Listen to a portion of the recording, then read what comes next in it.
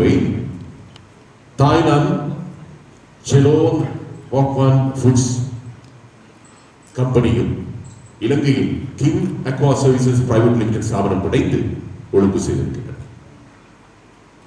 பொருத்தில் පාන දැල්වීම සඳහා අපි තාම ගෞරවයෙන් ආරාධනා කරනවා මේ අවස්ථාවට නැත්නම් මේ උත්සවයට පැමිණ සිටින පුත්තලම් දිස්ත්‍රික්කයේ පාර්ලිමේන්තු මන්ත්‍රී ගරු Sanath Nishantha Perera මැතිතුමන්ට.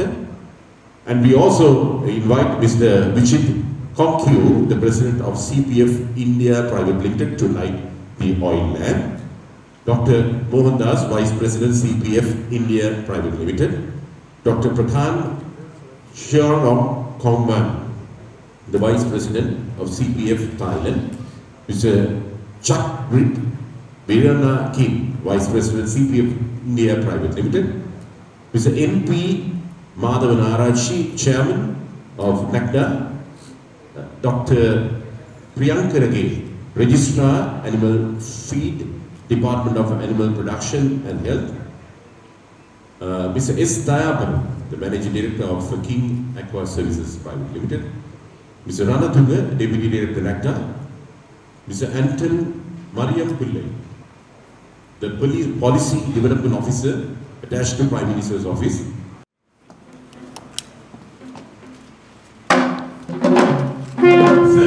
DC Nawardhan from the Ministry of Climate.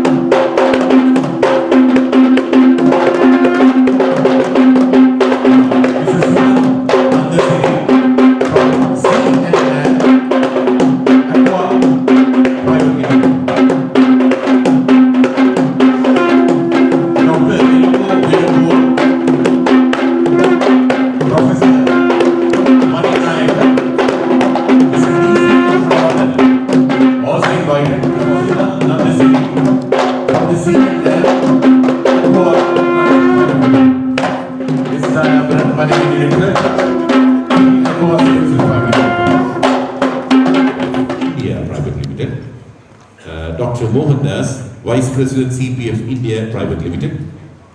Dr. Prakan Cherong Kongman, Vice President CPF Thailand. Mr. Chakrit Biranakin, Vice President CPF India Private Limited. Mr. NP Madhavan Arachi, Chairman of National Aquaculture Development Authority, NACDA. Dr. Priyanka Rage, Registrar, Animal Feed, Department of Animal Production and Health. Mr. Sudat Nandasiri from the Sea and Land Aqua Private Limited. Mr. S. Dayab.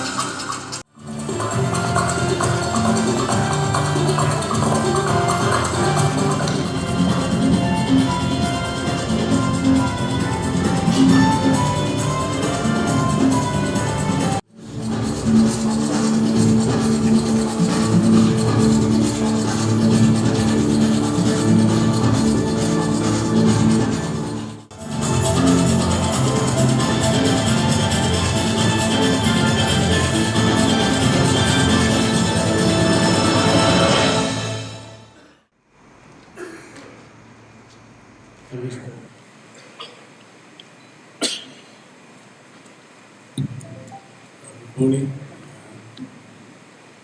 Welcome everybody. Especially I welcome Honorable Sana Nishanta Pereira, MP for Puttalam district. And we are expecting others later. Mr. Vichit Conclave, President, CPF India Private Limited. Dr. Mohandas, Vice President, CPF India Private Limited. Dr. Pradhan, Vice President, CPF Thailand. Chakrit, Vice President, CPF India Private Limited. And Mr. Madhavanarachi, Chairman, National Aquaculture Development Authority. And Dr. Priyankurage, Registrar, Animal Feeds, Department of Animal Production and Health. Mr. Anadunga, Deputy Director, National Aquaculture Development Authority, and all the other NECDA officers. Mr. Anton Mariampulla, the Policy Development Office of the Prime Minister, Territories. Mr. Edmi I.B. Ranas, Mr. Sanayaka, Deputy General Manager, DOC, and Mr. D.A.C. Gunavartana, and Professor Vaninayaka, Dr. M.O. Veerakon from Primary Industry Ministry,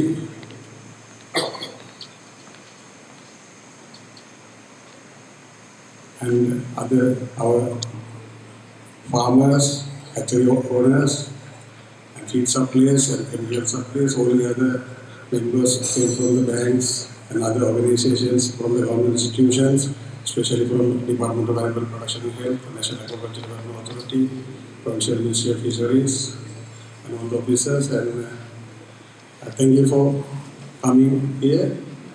And this is an event. I will explain why we have come to this level. Before that, there is a small presentation on some points.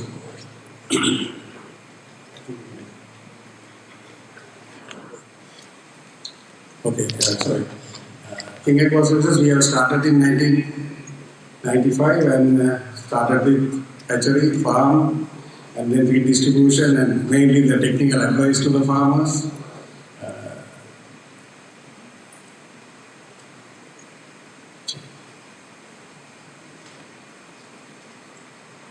So mainly we have started with the black tiger prawn farming, and then mainly our farming focus was environmental friendly and sustainable shrimp farming. And we have started actually after Puttalam district, we have gone to Beticular, actually with the government and the National Aquaculture Authority. We have started model shrimp farm in Beticular to demonstrate the shrimp farming status in the east, and then we have joined with the tsunami affected beneficiaries with the government on the livelihood development program. It's a cluster shrimp farm in Batawan Wagar area, and then there we have started actually it's a government National Aquaculture Development Authority shrimp hatchery in particular. We joined them with the public-private partnership, and we have started the hatchery in particular. And then we have been distributing the shrimp feeds from actually 1992, and actually our King Aqua Services started in 1995. And then we have been distributing all the machinery equipment to the shrimp farming sector, and mainly we have aquaculture, aqua health products, and the aquaculture laboratory services. In addition, we have been giving free technical advisory service to the shrimp farmers. And in addition to that, we have been exporting, maybe about 10 years period, we have been processing and exporting seafood from Sri Lanka. So this was our, historically, we have been doing. Then finally we become, King Aqua has become one and only integrated shrimp aquaculture company in Sri Lanka. But so after that also actually now we can see the production in the country, not in our company. In the country production, actually from 2008, the figures are here. It has grown up to 2018. It has grown. Actually, it has from 3,000 to up to now to 2018, we have produced production of 8,000 metric ton shrimp in the country. But whereas the export is less than 3,000 metric ton have been exported, so then there is an issue now. How actually the problems are there, so we will discuss that later this year. Actually now when you see the shrimp farming status, shrimp prices also going up. At the same time, the production costs is also going very high. So the production cost has gone up actually now if you take 2018 December and 2019 January, farmers are facing a severe crisis with making profit is a huge task. Maybe a 50 rupees per kilo is a problem sometimes. So actually when you take the production, actually this next slide you can see 2012 how the monthly production varies. We have a production fluctuation each and every month. We have a huge production fluctuation in 2012. When you see in 2015, in a different period again you have a production fluctuation. Some months you had a huge production, some months you don't have production. Then when you take 2018, also same. Sometimes the production is high and then again low and then again high. So it is unpredictably the production varies. So then we just relate with our post-larvae availability and the post-larvae quality. Just got some data from the raw data from Lanka. The next slide you can see that. This is actually the brood stock samples tested by NACTA in 2018. The total samples. Again the white spot positive percentage. So when you check even the brood stock check moving, that is some period brood stock is not available. Some period brood stocks are available more. Then the disease is also there. So the quality of the brood stock come with the disease and have a problem. So actually with this, actually we have problems in the shrimp aquaculture industry at present now. We have a huge problem. First one, it was an ecosystem supply of brood stock. We have a problem with the brood stock supply is not stable. So every time we have a problem, sometimes it is available, sometimes not available. Actually, when we prepare the crop calendar, the dates are allocated, but the hatchery cannot produce post-larvae because the brood stock is not available. So the next is then automatically the post-larvae shortage is coming. Then with the positive positive sample, some by mistake, the PCR is screened, but again it is mistake and go to the farm. So the disease come in the farm. Then automatically the production also monthly inconsistent. Then it affects the export market very severely. Export orders, actually you can get monthly, you can supply continuously only, then the buyers also will be waiting for us to buy. January, February you have 1,000 metric ton. April, May, again we have only 100 tons. Then everybody fight, it goes to the local market, so exporters cannot do it. So then there is a big gap come to the exporters. So now they lost a lot of orders. So due to that, our export market is not growing. It is almost comparatively coming down. Percentage is coming down. So there is a huge impact to the industry at this time. Then another biggest issue comes is increase the production cost. Because of the exchange rate and the dollar fluctuation, the production cost is going very high. Automatically, we have a problem when the export is less. A lot of prawns are going to the local market. So local market there is a demand or the supply situation. When it goes more, the price comes down. So most of these last 2 months, farmers have been losing the price almost. They make profit or no profit or just a loss. Even they get a good harvest, loss. If they have a disease problem, severe loss. So I think at this juncture, we have a problem. We have to find a solution now. We have a problem with the brood stock. We have a problem with the post-level production, then we have problem with the continuous production, then we have the market issue. So, by the way, when we were searching, actually the CP, Thailand group of companies, only have all these technology.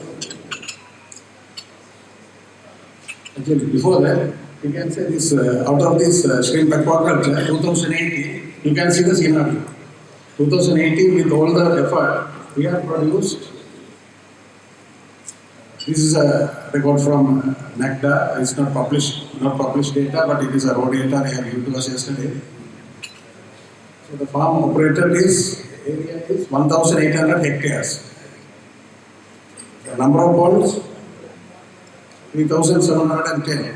So these are 2018 figure. Then the shrimp production is 8,000 metric ton. Then the post-harvest total production 650 million around. Then the prawn feed imports for the last year 10,000 metric ton. Then the prawn exports is around 2,000 plus. And 99.9% is a modern black tiger cultivation. Maybe 1% would have come from the Venami farm from Manan. So this is the current scenario. From the when you check the total potential available in Sri Lanka, when you check all these areas, you have about 18,000 hectares freely available development of the farm. So now we are covering only 1,800. So we have a 10-time potential to grow in this industry. If it is monodon, it is 10 times. If you are growing this Venami, maybe 30 times. You can grow the industry from this level. So today 8,000 mean, maybe if you grow all the things, it will be a very huge potential and the opportunities are there. So then at that time only actually for the growth, for the technology, for everything, actually we have to join with somebody who has the technology, who has the strength to support, who can support at this level to the country to grow, or grow the industry. Actually the CP, Aquaculture, actually CP group of CPF, Thailand group, and they have a big operation in India, CPF, India Private Limited. There are about more than 4,000 employees working and more than 250 Thai people are working in India. So they have operations in Vietnam, Malaysia, all the other countries. I think you can see the board. They have been operating all over the countries. And again, they have I think they will tell about themselves. They have the wild selling offices of the seafoods in 15 countries, like Japan, not only Japan, US, Russia, China, Germany, all over, Belgium, like all over the 15 countries, they have their own offices to sell the products. So they have a ready-made market, and they have experience in the processing and the feed.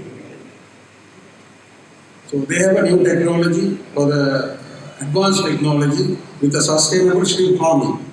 So I think we have to utilize them to improve our farming technology, to grow our business, and then actually they have the integrated operation for us to get the benefit from them.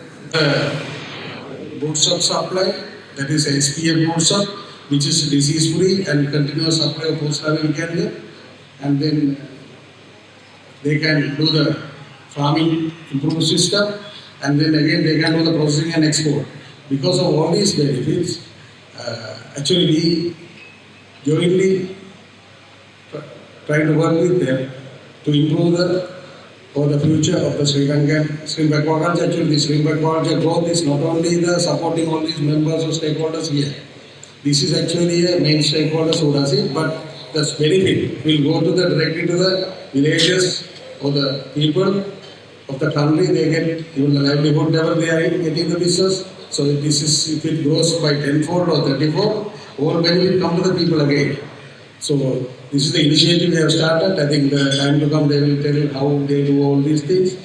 So then people can understand. Maybe slowly we here also can, with their help, we can grow further in our business, and maybe we can earn a lot of foreign exchange. Now this year we are producing 8,000 metric ton. Average price is okay. If you say about $8 per kilo or $7 per kilo, you earn that money. But if it is in 10 times, your foreign exchange journey is huge. Again, the total employment level will be high, people earning, income level will be increased. So actually, when the growth is there will be a lot of new. Now the post-harvest production is 650 million. Maybe future it will be like 6 billion. It will grow. So we have to. We can't do alone. So we need a lot of support from the people. So we welcome CPF team from Thailand and India or all over the world to assist Sri Lanka with finger conversations. We all work together and we all welcome you all, your farmers and hatchery owners, other stakeholders in the industry, including the banks and the government people, to work together to achieve this goal in the future. Welcome all. Thank you very much.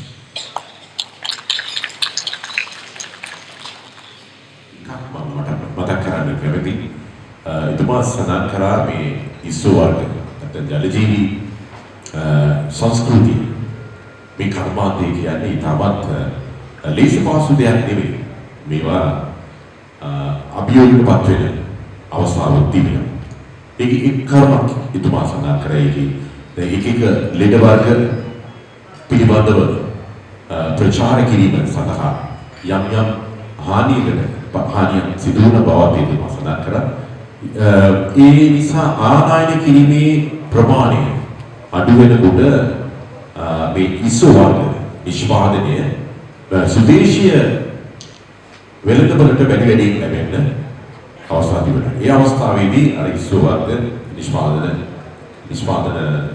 නිෂ්පාදනයට ලැබෙන මිල ගාන අඩු වෙනවා. ඒ නිසා මේ වගා කිරීමට වගාකරුන් බලාපොරොත්තු වෙන විදිහට ඒ ආදායම ලැබෙන්නේ නැහැ ඒ අවස්ථාවේ. අනේ ඒ පිළිබඳව එතුමා තාමත් උදින් සඳහන් කරා. ඒකට පිළිතුරු වශයෙන් යම් කටයුතු දැන්ටමත් කරගෙන යන බව එතුමා සඳහන් කරා. சாதாரணமாக நாங்கள் இந்த நீரியல் வட உற்பத்தி என்று சொல்லும் பொழுது இறால் உற்பத்தி அதில் ஒன்று. இதிலே இறால் உற்பத்தி பற்றியும் இறாலுடைய வகைகள் அதில் இருக்கக்கூடிய சில பிரச்சனைகள் பற்றியும் அவர் இங்கே விவரித்தார். அதில் முக்கியமான ஒன்று இந்த இறால் வளர்ச்சியிலே சில குறைபாடுகள் இருப்பதாக சில பிழையான பிரச்சாரங்கள் மேற்கொள்ளப்படுகின்றன. அந்த பிரச்சாரங்களுக்கு சரியான பதில் அளிக்க வேண்டிய கடப்பாடு இருக்கிறது. இப்படி பிரச்சாரங்கள் வரும்பொழுது இறால் ஏற்றுமதியின் அளவு குறைகிறது. அப்படியான கூடுதலாக இந்த இறால் உற்பத்தி செய்யப்பட்டு அது உள்ளூர் சந்தைக்கு delegates who have come to this particular conclave, the investment conclave. Let me now invite this gentleman. He has about more than 35 years of experience in shrimp aquaculture. And he's the executive director of Cherlon Pond Public Company in Thailand. But he has taken over the operations in India. So let me now invite Mr. Vichit Conclave, President of CPF India Private Limited, to address the audience. Good morning, Honorable Mr. Sanat Villara, all distinguished dignitary and aquaculture friends. It is with great pleasure I am here to participate in the aquaculture investment and business cow in Sri Lanka.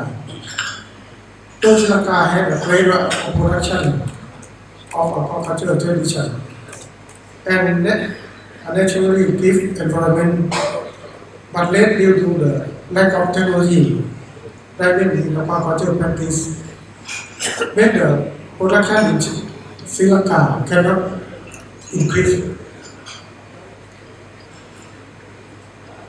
When compared to other shrimp production in other countries like Indonesia, example like India, Vietnam, even though in Thailand.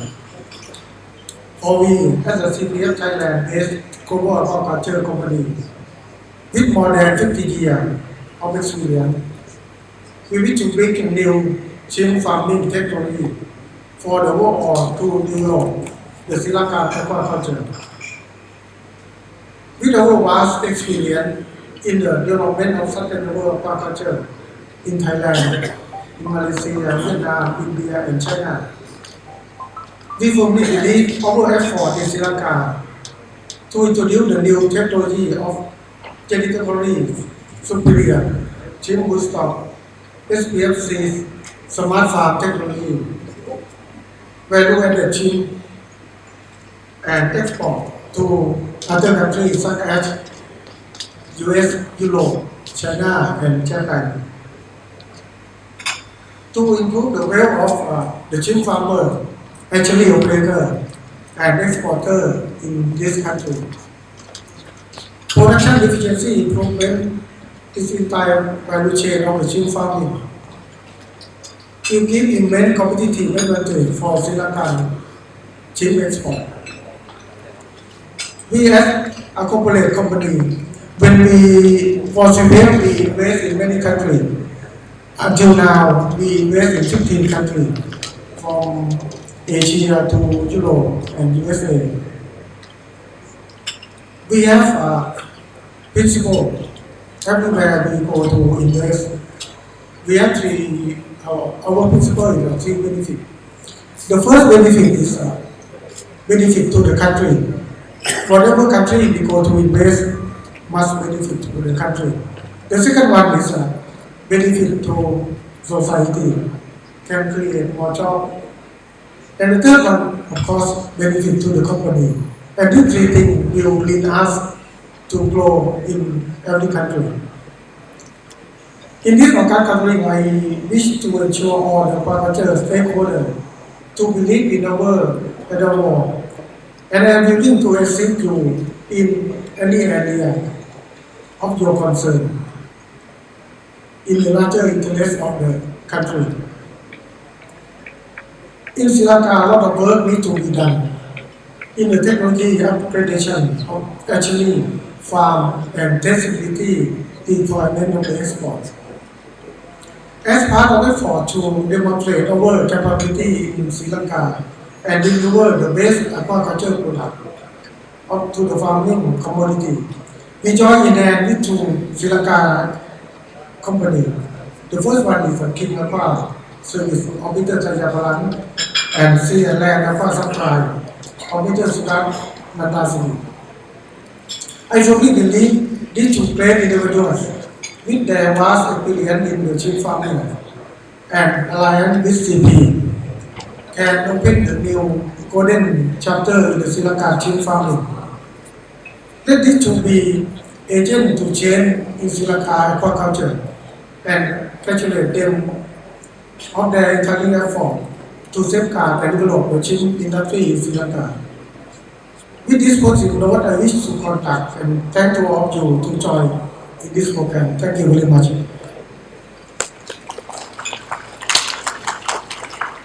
So thank you, Mr. Vijit Conclave, President of CPF India Private Limited, for making this inaugural speech and coming down to Sri Lanka and joining hands with the Sri Lankan company in a short while, King Aqua Services Private Limited. Ituma Vijit Matituma Lanka Prime maybe ආයෝජන මට්ටමේ ගිවිසුමක් අසා කරන්නට එතුමාගේ කතාවේ තාමත් කෙටි කියුවොත් එතුමා විශේෂයෙන් කිව්වේ මේ විදේශ විනිමය ලබා දෙන මේ කර්මාන්තය අපේ රටේ එතුමාගේ රට තායිලන්තේ ඒ රටේ මේ කර්මාන්තය ඉස්සරහට ගෙනියන්නට හේතු කිහිපයක් එතුමා සඳහන් කරා.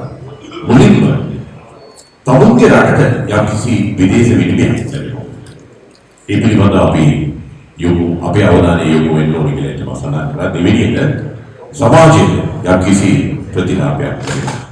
ඒ වගේම තමුන්ගේ සමාජ තම විසින් නියෝජනය කරන සමාජවලට යම් වාසියක් ලැබෙන්න ඕනේ කියන තමයි අරමුණ. ඒ අරමුණ මත ඒ රටටත් වාසියක් ලැබෙන ඒ අතරේ ලංකාවට යම්කිසි වාසියක් ලැබෙන්න ඕනේ කියලා වුණාවෙන් අරමුණේ එතුමා මෙතනට පැමිණි සිටියා.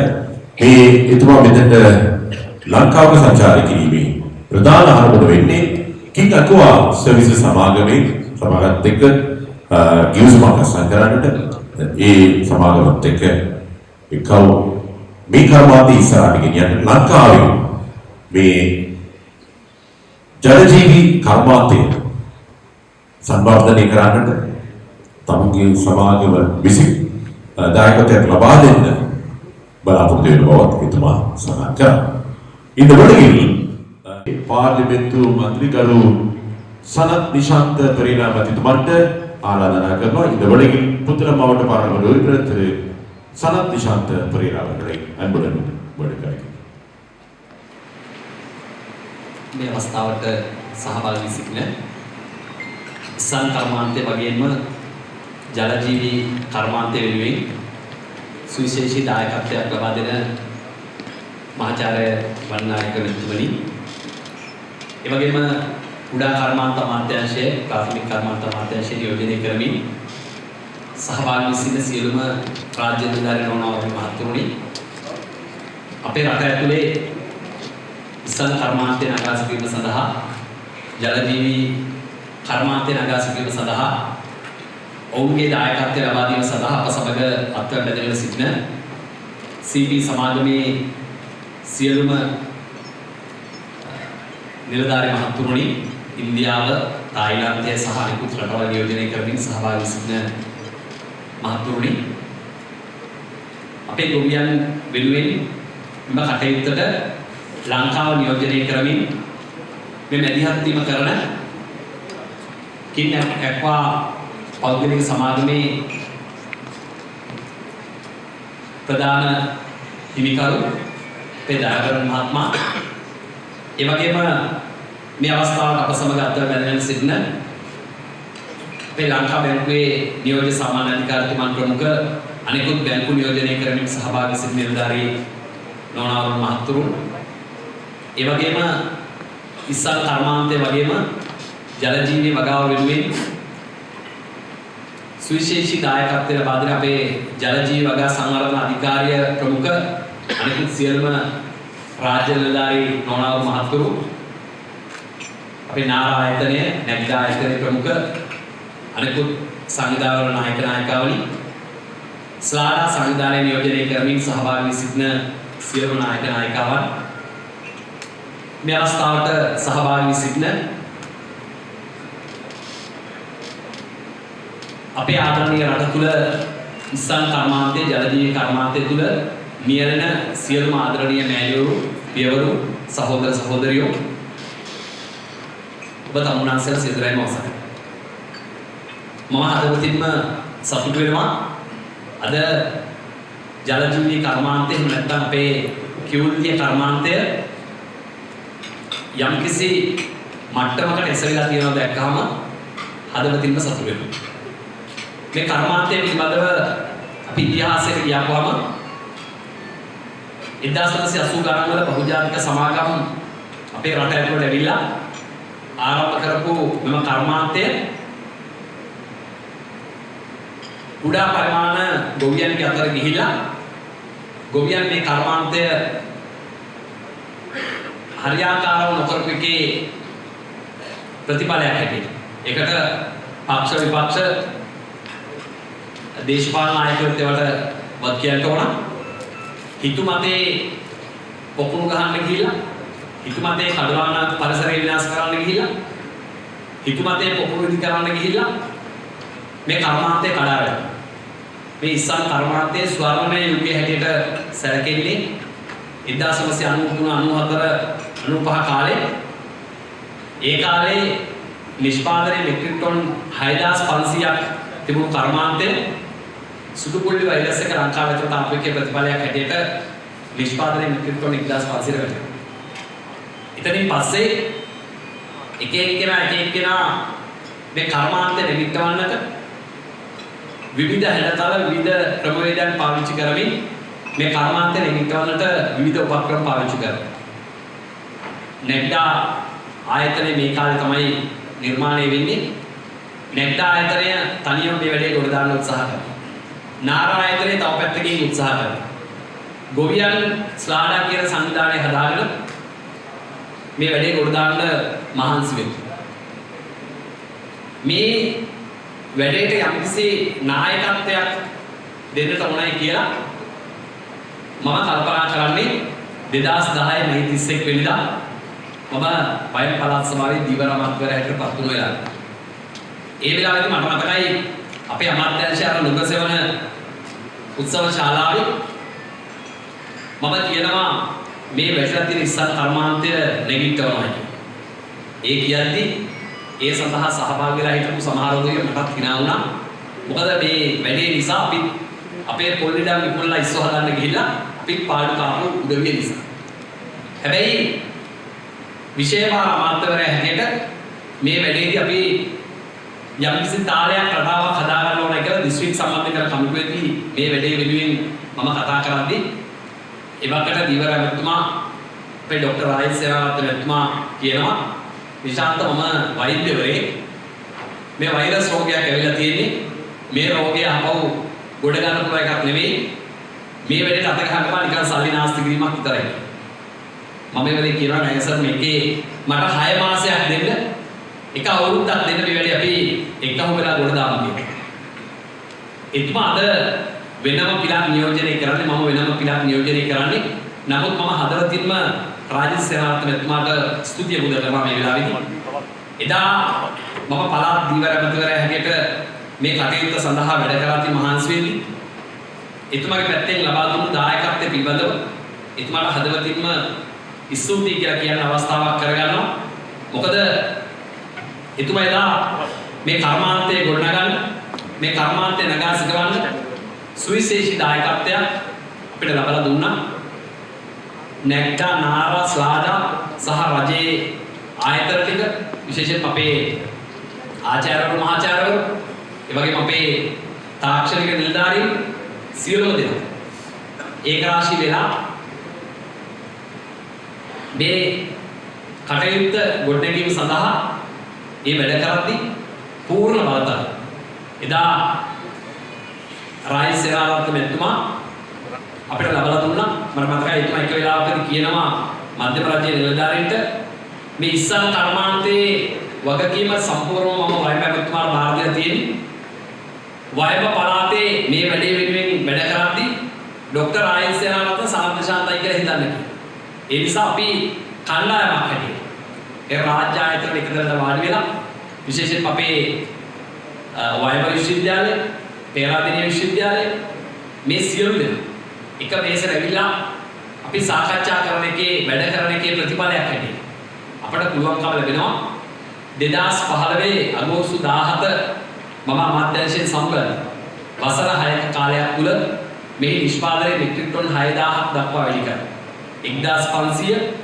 6000ක් දක්වා වැඩි වුණායි කියලා කියන්නේ 4 ගුණයකින් මේක වැඩි වෙලා තියෙනවා ඒ නිසා මම හදවතින්ම සතුටු වුණා අද සංඛ්‍යාලේඛන තොරතුරු බලද්දී අද මේ වෙනකොට මෙහි නිෂ්පාදනය මෙට්‍රික් ටන් 8000ක් දක්වා වැඩි වෙලා තියෙනවා හැබැයි මේ නිෂ්පාදනය ලෝකයේ අනෙකුත් රටවල් එක්ක සංසන්දනය කරලා අර අපේ ගමේ භාෂාවෙන් කියවනම් මොයේ කටෙන් පොල්ලෙල්ලක් යනවා වගේ මහාචාර්යතුමනි මොයේ කටෙන් පොල්ලෙල්ලක් යනවා වගේ ඉන්දියාවේ නිෂ්පාදනයේ පහුගිය වසර තුල මෙට්‍රික් ටන් ලක්ෂ 6ක් මෙට්‍රික් ටන් ලක්ෂ 6ක් ඉන්දියාව නිෂ්පාදනය කරද්දී අපි මෙට්‍රික් ටන් 8000ක් නිෂ්පාදනය කරා කියලා සතුටු වෙනවා මේකට ප්‍රධාන හේතුවක් තියෙනවා අපි තවම අර දඩයන් යුගයේ ඉන්නේ අපි තවම අර මහමුදෙන් අල්ලගෙන ඉස්සෙක් අරගෙන ඒකෙන් පැටව හදලා ඒකෙන් නිෂ්පාදනය වැඩි කරන්නයි බලාගෙන ඉන්නේ ඒ නිසා අපි මේ ලෝකයේත් එක්ක ඉස්සරහට ගියේ නැත්නම් අපිට මේ කර්මාන්තෙ ගියට යන්නට සිද්ධ වෙන්නේ ඒ නිසා අපි යෝජනා කරනවා ඒ නවීන ඉෂාන් varieties එහෙම නැත්නම් ප්‍රභේදයන් ලංකාව තුළට ගෙනල්ලා විශේෂයෙන්ම අපි හදන මොනොඩෝඩ් කියන ඉස්සා ඒ වගේම ලෝකයේ අද ප්‍රධාන වශයෙන් වගා කරන වඩමී කියන ඉස්සා ඒ වගේම මොනොඩෝඩ් ඉස්සගේ අලුත් variety එක SPS කියන variety එක මෙව හරහා මම හිතන්නේ නිෂ්පාදනය වැඩි කරගන්න පුළුවන්කම ලැබෙනවා. මම හිතනවා තමුන්නාන්සලාට මේ දෙන දේශන හරහා ඔබට පුළුවන් මේ පිළිබඳව අධ්‍යයනය කරන්න. මම කනගාටු වෙනවා මේ වැඩේ ඉවරකම් මට ඉන්න බැරි වෙච්ච එක ගැන. අද පාර්ලිමේන්තුවේ විශේෂ කටයුත්තක් තියෙන නිසා මම වේලස්සෙන් යනවා. ඒ නිසා අපිට අද තියෙන ප්‍රධාන ගැටලුවක් තමයි ලෝකේ නිෂ්පාදනය වැඩියෙන් නිෂ්පාදනය කරන රටවල් ඔහු 1 කිලෝ එකක් නිෂ්පාදනය කිරීම සඳහා වැය කරන මුදල බොහොම පුංචි මුදල රුපියල් 600කට අඩු මුදලේ ලංකාවේ මුදලේ ඔවුන් මේ රටවල් තුළ ඉස්සන් කිලෝ එකක් නිෂ්පාදනය කරද්දී අපිට ඇත්තටම රුපියල් 700ක් ඉක්ම වෙච්ච මුදලක් අපේ රට තුළ වැය වෙනවා. ඉතින් අනෙක් රටවල් වල නිෂ්පාදනය කරන නිෂ්පාදනත් එක්ක තරගයක් තියලා අලෙවි කරන්න නම් අපි ඒ අලුත් තාක්ෂණයේ ආයුධ තියෙනවා. අලුත් ඉස්සන් වර්ග වලට ආයුධ තියෙනවා.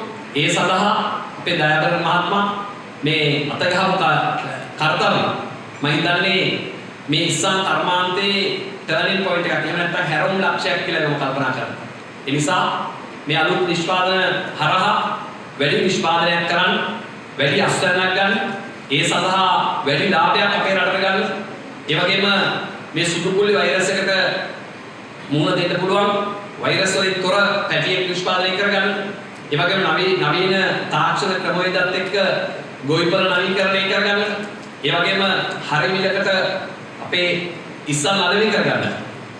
මෙවැනි ආයතන, මෙවැනි සංවිධාන, මෙවැනි සමාගම් තව අපේ රට තුළට එන්නට වේවි.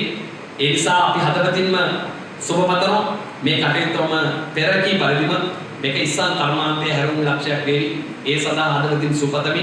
ඔබට සහ අපේ රටට ඉතාමත් වාසනාවන්ත සුබම ස්මරණයක් ප්‍රාර්ථනා කරමින් මම නිවන සුබේ. I just wanted to mention a few things what he has made or what he has spoken in Singapore. For the benefit of the people who cannot understand Singapore, Honorable Sanat Nishant Pereira said, now this prawn industry has been one of the foreign income earning and one of the important industry in Sri Lanka.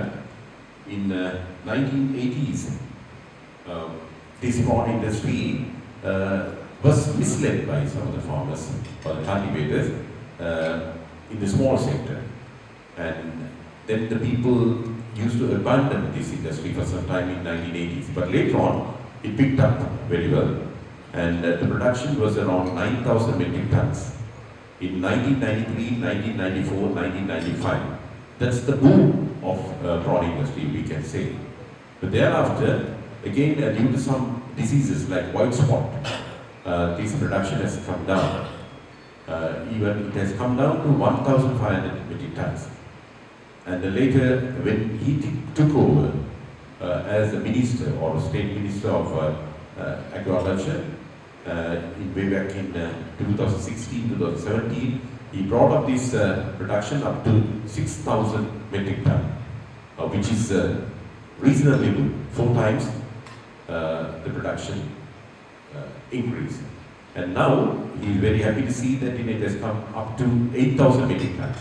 But we cannot be happy about this situation. In India, there is about 600,000 metric tons production per year. So we have to do something to increase this production. So the Thailand and the other countries, Asian countries, who have mastered this industry, will help us to make this a profitable venture. That's what I said. Right. Moving on to the next address, I think before we call on the gentleman to address the audience, we would love to see the members of the head table to take their seats at the front table, please.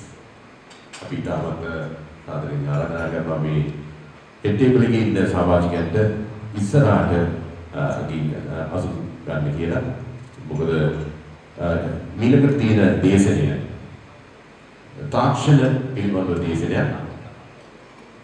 තාක්ෂණ දැනුම ඒ වගේම මේ ශේෂ්ඨ පිළිබඳව දේශනයක් තිබෙන නිසා. Right, so this gentleman is from Thailand. He has about 27 years of experience, and he is a doctor in veterinary medicine, and he has about 27 years experience in shrimp aquaculture, and He is one of the pioneers of introducing a technology for this shrimp aquaculture. And he has introduced to many other countries, India, Bangladesh, Sri Lanka, Philippines, Indonesia, Vietnam, Thailand, Australia, and US. And these are the countries using this technology. And he has shared his experience to these countries as well. Now he has come to Sri Lanka. So ladies and gentlemen, please welcome Dr. Prathan Chirot. He's the Vice President of CPF Thailand to address the audience, and he will specially speak on the shrimp farming technology and disease control, especially disease control in shrimp, and he will share his experience on this particular subject. So please welcome Dr. Prathan Chirot from Thailand. So first slide, I'm going to demonstrate to show you battery behavior of monodon and enemy. You can see in slide that monodon is just maybe a little bit aggressive. They have more omnivorous. So in slide you can see that they prefer bottom feeder animal compared to venomate. It's just these animal can get the feed from the feeder from the bottom or even from the column of water also. Monodon may be a little bit stress sensitive compared to venomate. So in case of the venomate, after you domesticate them, or even to get a good genetic selection program, they are very strong and survive very well compared to monodon. It is just a picture to show you whatever happened between these two species, monodon and venomate. Next. So you can see that the trend of the shrimp farming in the world, as maybe speaker already mentioned, the trend of these venomate already increasing year by year. You can see that monodon a little bit has a niche market for this product. So you can produce monodon, but the market of monodon will be less because everyone will produce venomate, and you have to, know and understand what happened in the shrimp market. It is just to show you the comparison between the profit and the production of venomate monodon. You can see that monodon can stock lesser, density cannot be so high, and of course the production will be low compared to venomate. Venomate can be reach up to be more than 20 metric tons per hectare compared to venomate.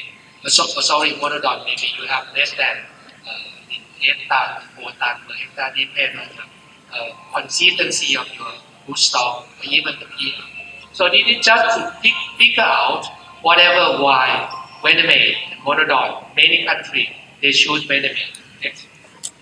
It is just to compare you about the profit between venomate and monodon. You can see that I can point out the last sentence. You can see that the profit production of venomate, you can have more than 280% compared to monodon. So that's why if you interested on this, venomate is a just very interesting shrimp farming. That's why in many countries, India, I will show you the next slide. This is India. India's last year, they touched 7.08 billion shrimp export. So you can see that from year 2009, they started venomate. From now, from 10 years, they grow 500% because of venomate coming to India. So that's why this is just for example that when you just reluctant to think about what kind of species that suit for your country. And if you would like to improve your production of shrimp farming, venomate is another one choice. It doesn't mean I recommend you to just neglect for monodon, but venomate is one thing very interesting for your business. Next. But of course, shrimp farming, they have many problems. If you take a look at the slide, you can see that Global Aquaculture Association, they survey the challenges of shrimp farming. They have 3 important things you need to consider about the challenges. Number 1 is the diseases. That's why we come here and listen to presentation, how we control the diseases. Number 2, they talk about the quality of the seed. And number 3, they're talking about the access to the food quality of the food stock especially specific pathogenic free stock. Next. This is a problem when you have a problem with white spot. White spot devastating all of the shrimp farm, not just only one pond, sometimes all of the pond within 24 to 48 hours. This is a big problem for many countries, not just India, not just Sri Lanka, in Thailand, Vietnam, everywhere. White spot is a big problem. Next. So this is your shrimp. When you got shrimp, white cause good stock, of course, inconsistent quality. You can see that some of the shrimp that you white caught got a lot of problem of carrying diseases, especially isocyanated B that cause a problem of slow growth, or even some white spot that cause a problem of bacteria or luminescence, whatever. So this is a problem that white cause without any quarantine, without any disease screening, cause a lot of problem to the business. Next. So inconsistent shrimp business supply chain. This is a big problem you have to consider. We cannot just stay alone in the business. In shrimp farming, you have very good grow-out pond, but if you have bad hatchery management, or if you have bad broodstock quality, you cannot be success. So that is why in the cycle I give to you. If you would like to be success in shrimp farming business, all of these have to be cooperated together from the starter, like broodstock quality.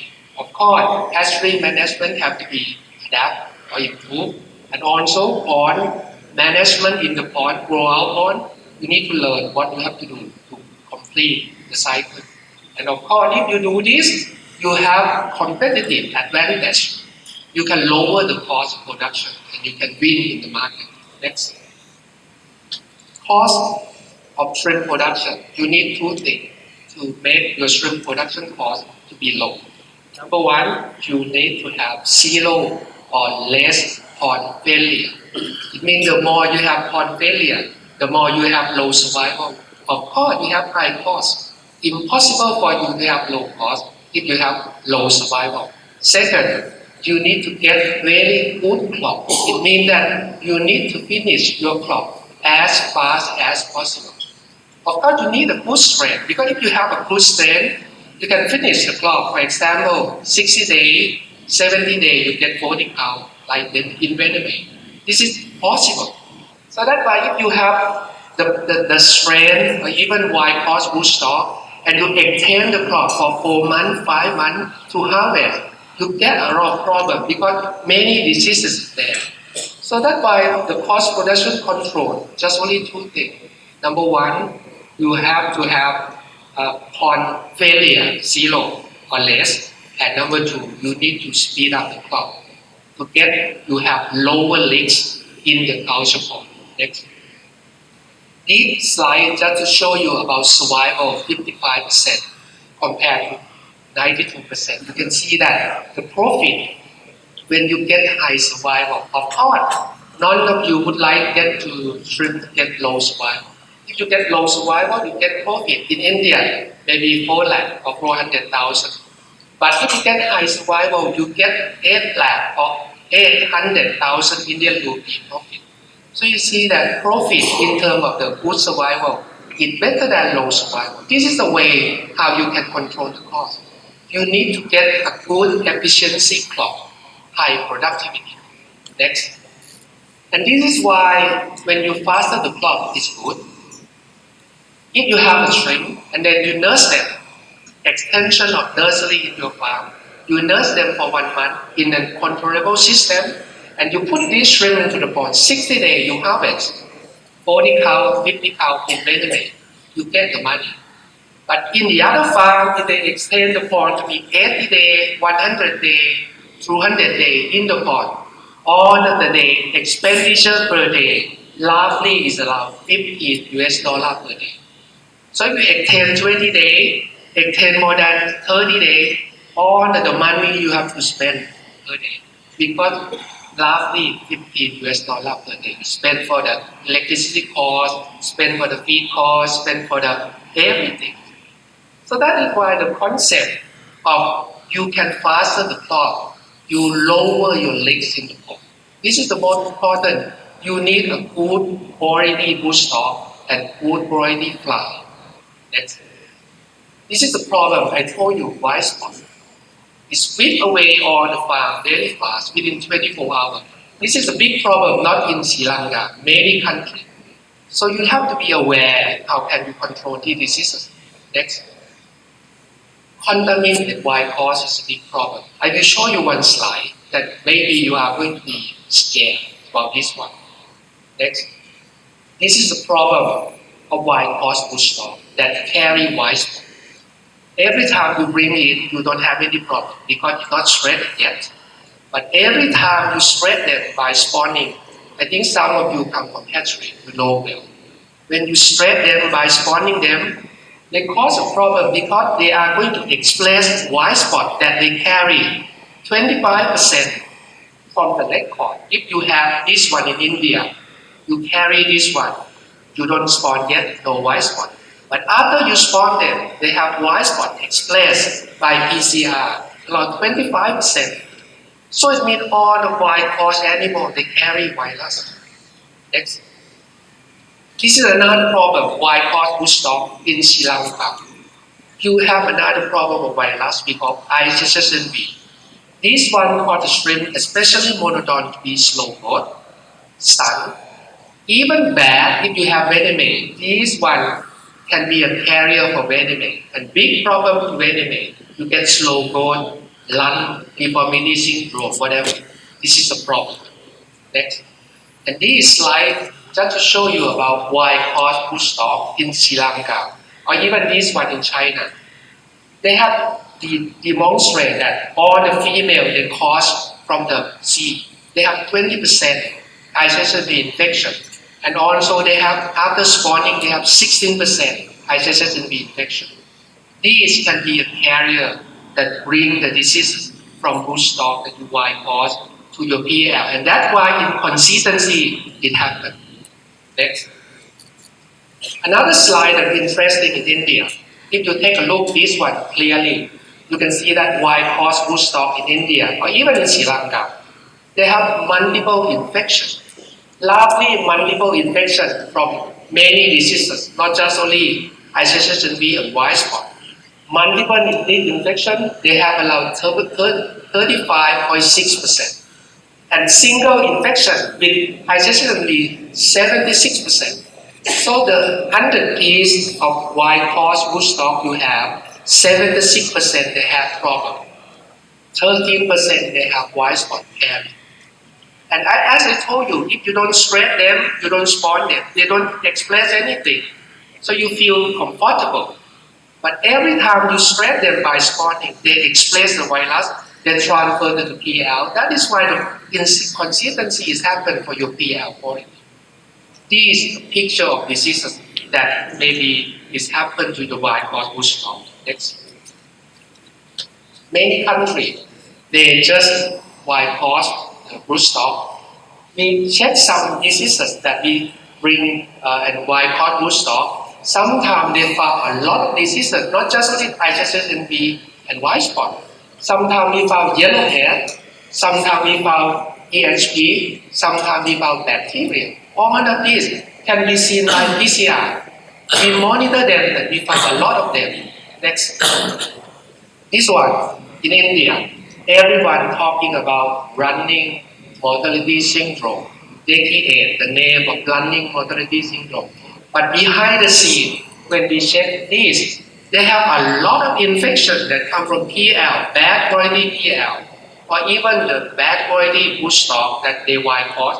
They have many problems of white spot there, mineral imbalance, vibrio, whatever, a lot of things that the farmers in India, when they got very bad quality of the PL, and then they have accumulate there, they create a single term as running mortality syndrome, but behind the scene they have poly infection with many things because of bad quality of the PL that they import to the farm. Next. White spot, one thing that you have to know. Previous white spot in monodon, clearly you can see a dot, white dot in calates. But now, no more. If you have white spots, sometimes you don't see any white dot. Just only red color, pink, or even ill and die a lot. So white spot 2019 is different from previous white spot in monodon. You have to know this. Characteristic of white spot is changed. So sometimes you have shrimp die, but if you never send the shrimp to laboratory to check that it's white spot or not, you think something as maybe bacteria, maybe something else, but behind the scene, most of them are white spot. Next. White spot can be transferred to the shrimp by two ways. Number one, vertical from the rootstock to the PL. And the second thing, horizontal in the water from the carrier. From the water carrier, from the clam, whatever. Next. I just point out this one, white spot. It just looks like Ebola syndrome in human. You can see that when the people have Ebola in African country, everyone have to be 100% biosecurity because it's communicable diseases. It's contagious. But all of you, sometimes when you have white spot, you're never aware of this. That's why when you have white spot infection point, you drain the water to the canal, someone bring in, it carry the virus. That's why virus is spread everywhere fastly. If you don't understand the characteristic of white spot that has been changed. Next. Three times. Next. This is just to show you another time. This is to show you about the loss from white spot. If you have 1 pound loss from white spot, maybe you lost 15,000 US dollar. And of course, you can not only lose 1 pound, you can lose 2 pounds and 3 pounds. Within only 24, 48 hours can be happen. Because white spot is contagious, it's communicable, and it comes from low quality PL. It comes from infection of the rootstock. It's happened. So if you never do understand this, that's why your fluctuation of production in Sri Lanka is happened. Because quality of rootstock, quality of PL, something of meat. This is another OIE report. Official organization in France, infectious organization. They report 100 species of animal can be the carrier of the white spot. For example, crab, insect, zooplankton. All of these is happening in your canal or creek. When you have the problem of white spot, even some farmers, they have a white spot, but they never realize white spot. They drain the water out, and then this carrier can carry the virus. Finally, you bring the water in, you bring in the virus into the system and cause a big problem. Next. Crab. In the slide from CPF, we surveyed the crab. We found that the crab is a potential viral carrier because the crab can stay stable without mortality 85 days to 90 days in white spot. So it means one single crab can go everywhere and spread the virus into your water. 90 days survival of the crab. But your shrimp, when you have white spot, they die within 24 hours. Next. This is a simple way. That's why we introduce biosecurity. Biosecurity is comprised of 3 things: physical barrier, chemical barrier, and biological barrier. This is a very effective physical barrier. That's why if you just do shipping, crab fencing, crab cannot enter to your farm, you protect the loss of the white spot. Next. Sometimes now you bring in the water. But white spot itself, if you have very low number copy of them, CT, we monitor quantitatively analysis the copy of virus in the water. If you have 10 to 0, maybe nothing happened. You happily bring in the water. But every time you bring in very little amount into the true copy of virus into your pond, and then you have any trigger, for example, temperature trigger, raining trigger, introduce the virus to be increased 10 to the 7 suddenly within 24 or 48 hours, your shrimp die. That's why this scenario happen a lot, because all of you never know that the virus already contaminated very small amount of the white spot already, because you don't have a tool or equipment to monitor quantitatively analyze this virus in the water. Next. So that's why this one. environmental control or stable. This one is very useful. We introduce many countries. We call nursery phase. You can do on your farm, nurse them 1 month in controllable system. This picture in Thailand, they control temperature there 32 degrees Celsius, control the white spot perfectly. The left picture is in India. You see that they have a nursery phase. All of these can you introduce in Sri Lanka to protect and control the white spot, especially during first month before you stop the report. Next. This is I mentioned physical, biological, and chemical. All of these have to be combined together. You need to stop, not import any dirty seed into your system, or even do not let any kind of animal that bring in the virus, especially a crab and insect, into your farm. Otherwise, you lost. So when you think about biosecurity, 3 things: physical barrier, chemical barrier, and biological barrier. All of these have to be combined together to be effective. Control your shrimp pond. Next. This one. The pond doesn't have any bird scaring device. So you can see that when you have shrimp pond die, some birds is going to go there and carry the white spot shrimp. And of course, birds is the most potential carrier. We can call them as a vector. So they can just take the shrimp from your pond and bring the shrimp to another pond that don't have any bird scaring device and split the shrimp there and got the outbreak of the virus. This is why simple things like bird scaring device, it helps. If you can install this one, if you have a craft fencing, it's simple. No need to invest a lot of money. You can protect the loss of the virus. Next. I'm going to conclude what you need to do in terms of disease management strategy. Okay? Next. So, I divide into 3 parts of the important diseases. If you, facing with white spot, of course, you need to control the carrier, especially crab, bird, insect, whatever. Exclude them from the system. If you have bacteria problem in the center, it means that EMS bacteria or even luminescent bacteria, you need to control the nutrients of them. The nutrient of the bacteria we call DOC, or dissolved organic carbon. If you control this one well, then you control the growth of bacteria, and the bacteria outbreak into your pond will be low. And the last one is that happen in everywhere, we call ESP. ESP causes a problem of white feces, and ESP is a fungus infection. It's very new for you, but you have to know this one. They use a total solid suspension in the pond to be their substrate. The more you can control the total solid suspension, the more you can control these ESP infections. Next. So biosecurity, one thing, filter the water. This helps to trap in the larvae of the crab, the larvae of the fish, or even the larvae of any kind of animal that you don't want into the pond. Filter is a very cheap thing.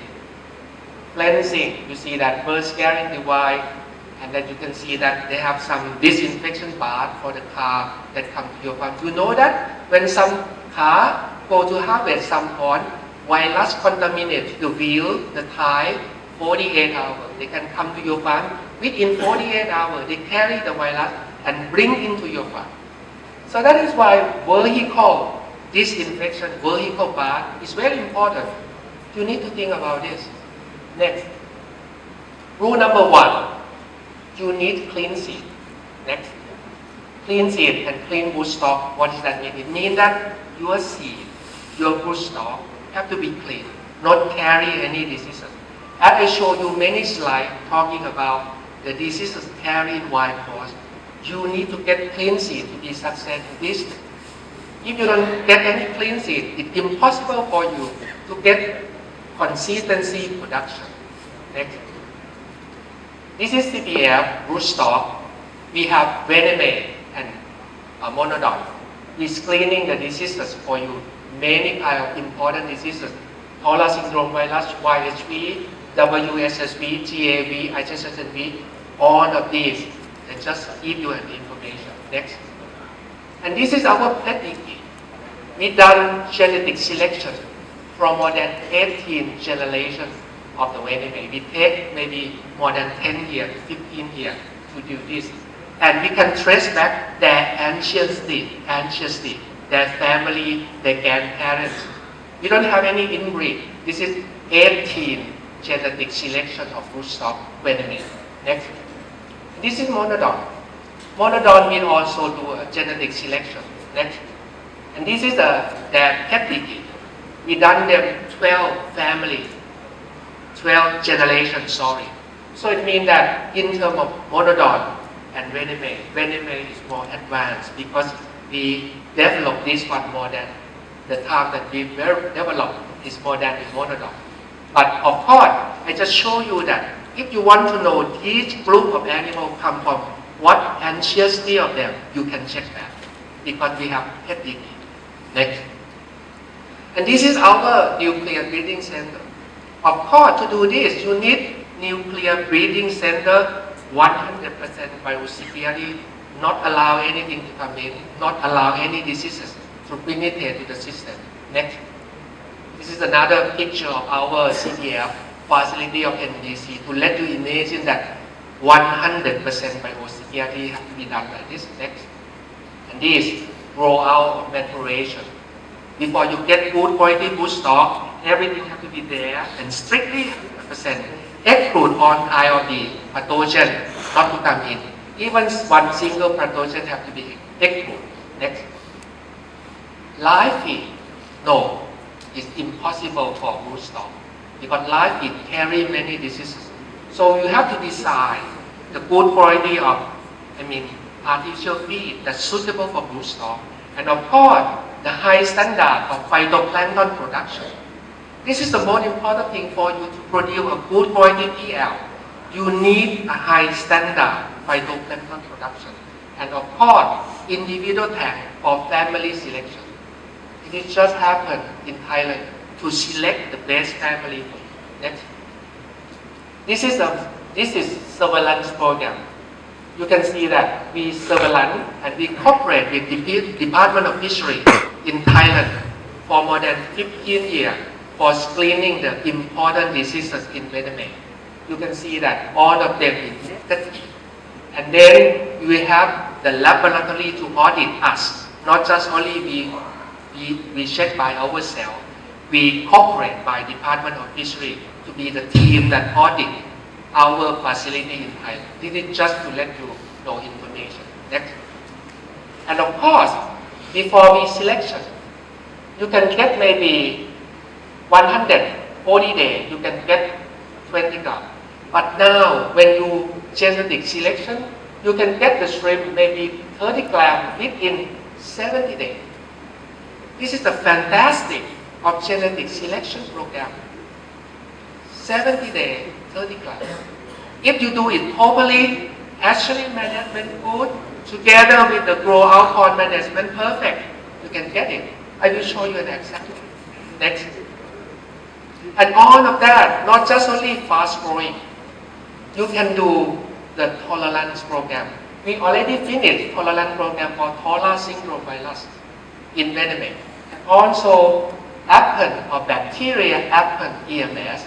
We finished 85% survival tolerance to the Appen bacteria. Now we already on process develop white spot infection, white spot tolerance. Now we can develop 60 to 70% of white spot tolerance to our rootstock program. Next. Year 2012, of course you get mean body weight 14 grams within morbid ADG at that time 0.18.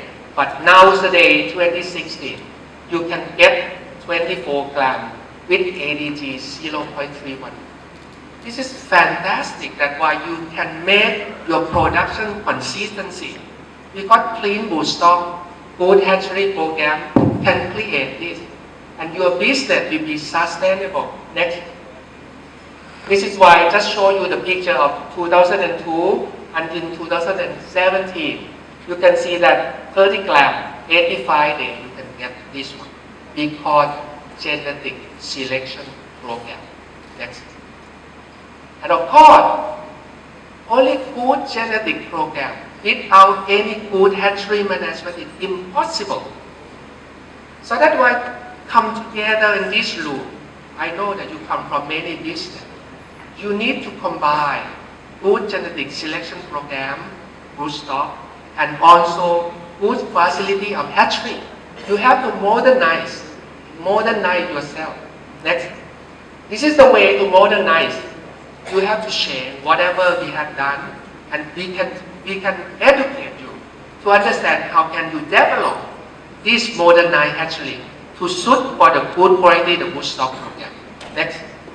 This is our hatchery management in Thailand. You can see that we have fantastic equipment. We have UV, ozone, we have ultrafine filter to filter ESP spore. All of these have to be done in Sri Lanka to improve the quality of the pH together with the broodstock import. Not just only broodstock import, then finish, no. We have to go together. We have to grow together between broodstock, hatchery, and go outboard. Next. This is the monodon performance. You can see that we get FCR 1.6, and then we can get maybe 33 grams within, I don't know, 78 days. It is just fantastic performance if you have good genetic selection program together with good hatchery management and good farm management. Next. Clean seed, what it means? Clean seed has to be the one who's clean all kind of important diseases. So hatchery is important.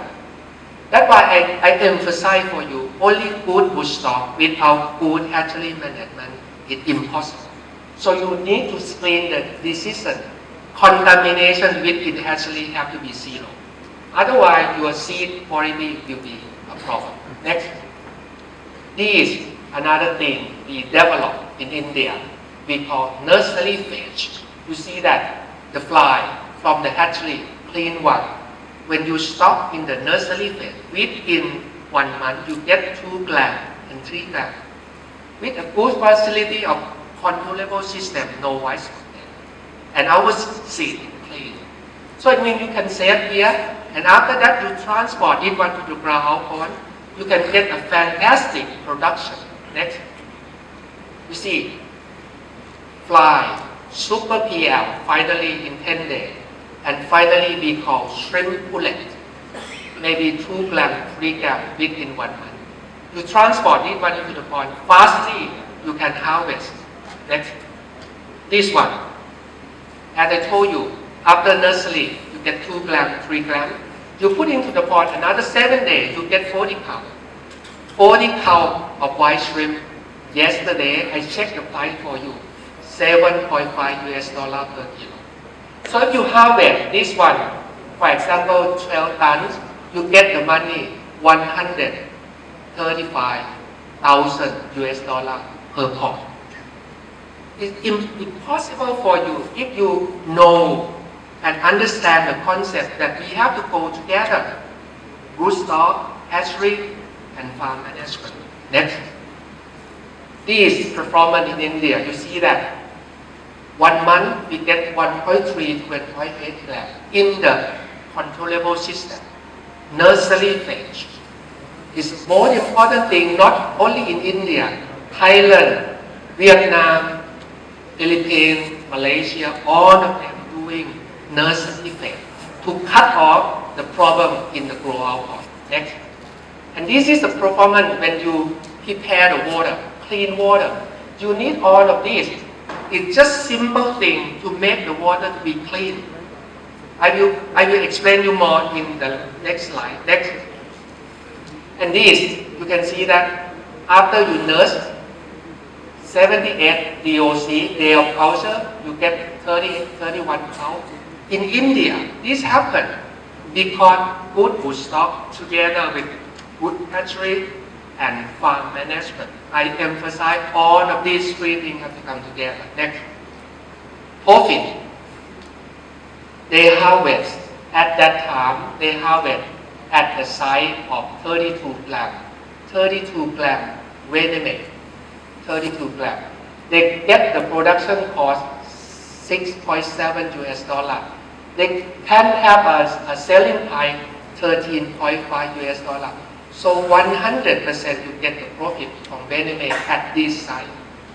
If you achieve this, then you can get the profit more than 100% with not any leaks in the pot, because you have to understand all of the rule of rootstock, food quality PL, nursery, and farm management. Next. Number 2, clean water. Next. This is important because contaminated water make a lot of problem. Bacteria, virus, fungus, a lot of problems come from the water. Next. That is why the concept we call water purification. We will import the technique to make water to be clean and clear. This is simple technique. We do a partitioning to slow down the water. Okay? To make water to be precipitate, and all of the particle of virus, all of the particle of bacteria nutrient will be on the floor. You can clean it out. Next. Another concept that we use in many countries, we call NTU. This comes from nephelometric turbidity unit. So you can see that the water that we culture shrimp in the future is not as water as you see in the clean. It's already complete, clean and clear. We have this machine to check nephelometric turbidity unit. How many turbidity you have? How many turbidity is prohibited for shrimp farm? This is going to introduce to Sri Lanka to improve your performance. Next. And this is just the way. Water purification. It's just simple thing. You need something to precipitate solid suspended. Something to precipitate dissolved organic carbon. That is the nutrient for the bacteria. That is the white spot carrier. All of these have to be implemented. Next. And this you can see that in Gujarat, India, they have very dirty, turbid water. When you bring in the water purification, they can bring down within not more than 24 hours, water will be clean, clear. And it's good enough to be used in your system and safe. This is the most important thing, clean water. Not only cleansing, clean water also. Next. You see that? Farmer in Thailand, we use clean water. And just like a tap water. Filter them, no particle of organic matter, no nutrient of the bacteria, no carrier of the EHP infection. This happens not only Thailand, Vietnam, Philippines, Malaysia. Why not in Sri Lanka? You can do this. It's simple. Next. And there's plenty of water have to be prepared. Clean water. Concept number 2, clean water. Next. Number 3, clean pot. You need a pot like this. Dirty pot, wet pot, repeated pot, impossible for you. Because this causes you a lot of problem. If you never consider that wet pot, repeated pot, have a lot of white feces there, a lot of EHP there, a lot of bacteria, you stop the shrimp, you have a problem. So clean pot, clean bottom is the most important. Next. This is why we have to do. We call shrimp toilet. It means that you can design your pot to have a slope in the center, and then you can put the wrong arm aerator to circulate all of the waste, uneaten feed, molding shell, dead shrimp to be in the center, remove it out and kept in slug pot. This is simple way for you to remove the waste, and simple for you to control the water quality. No bacteria there because you remove the waste and keep in slug pot. Next. You see that when you clean it, simple, if you have PE lining, you clean it one day only, you can just use the pot. So PE lining is one thing that Sri Lanka needs to improve your production. Next. Dry the pot. If you don't want to invest, of course, drying is okay. Drying has been proved to control white spot, control bacteria, control fungus efficiently by drying the pot. Next. Slot pumping, you have toilet. You slot pumping not only 1 time a day, maybe 3 times a day, 4 times a day. So you can remove the waste from the center and keep in slot pond. So can you imagine that your water will be perfect? You no need to purchase anything to put into the water because your water is already perfect. You remove the waste, kept in slot pond. Next. Some farmers in Thailand, they are very good in slot pumping. You see that they wedging how many kilometers. Why? Because he would like to use this information to manage the pond edge.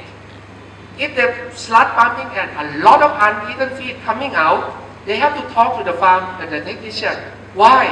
Why you feed them so fast? That uneaten feed coming out a lot. So you see that many farm, many staff.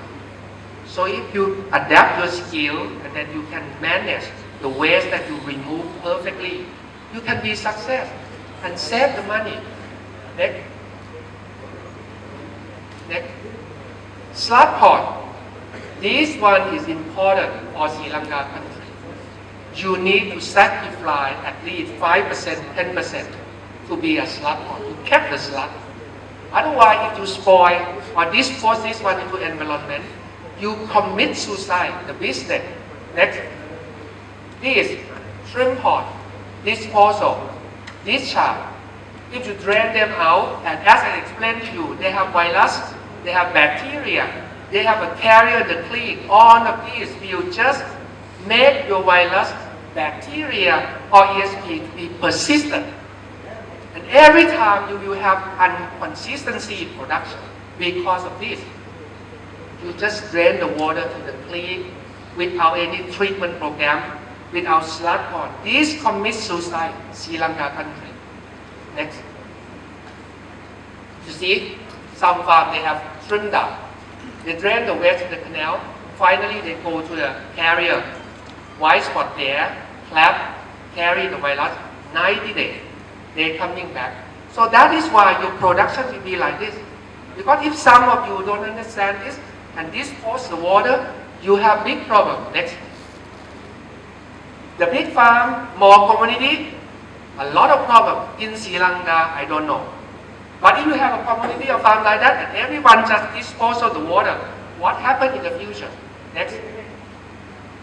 This is just a cycle of damaging shrimp business. If you have pond, a lot of pond, drain the waste, drain the sludge to the canal, and then someone bring it in, this is going to have the problem. Not if you have only good quality good stock, good quality of the EL, but if you do something like this, it's a big problem for you.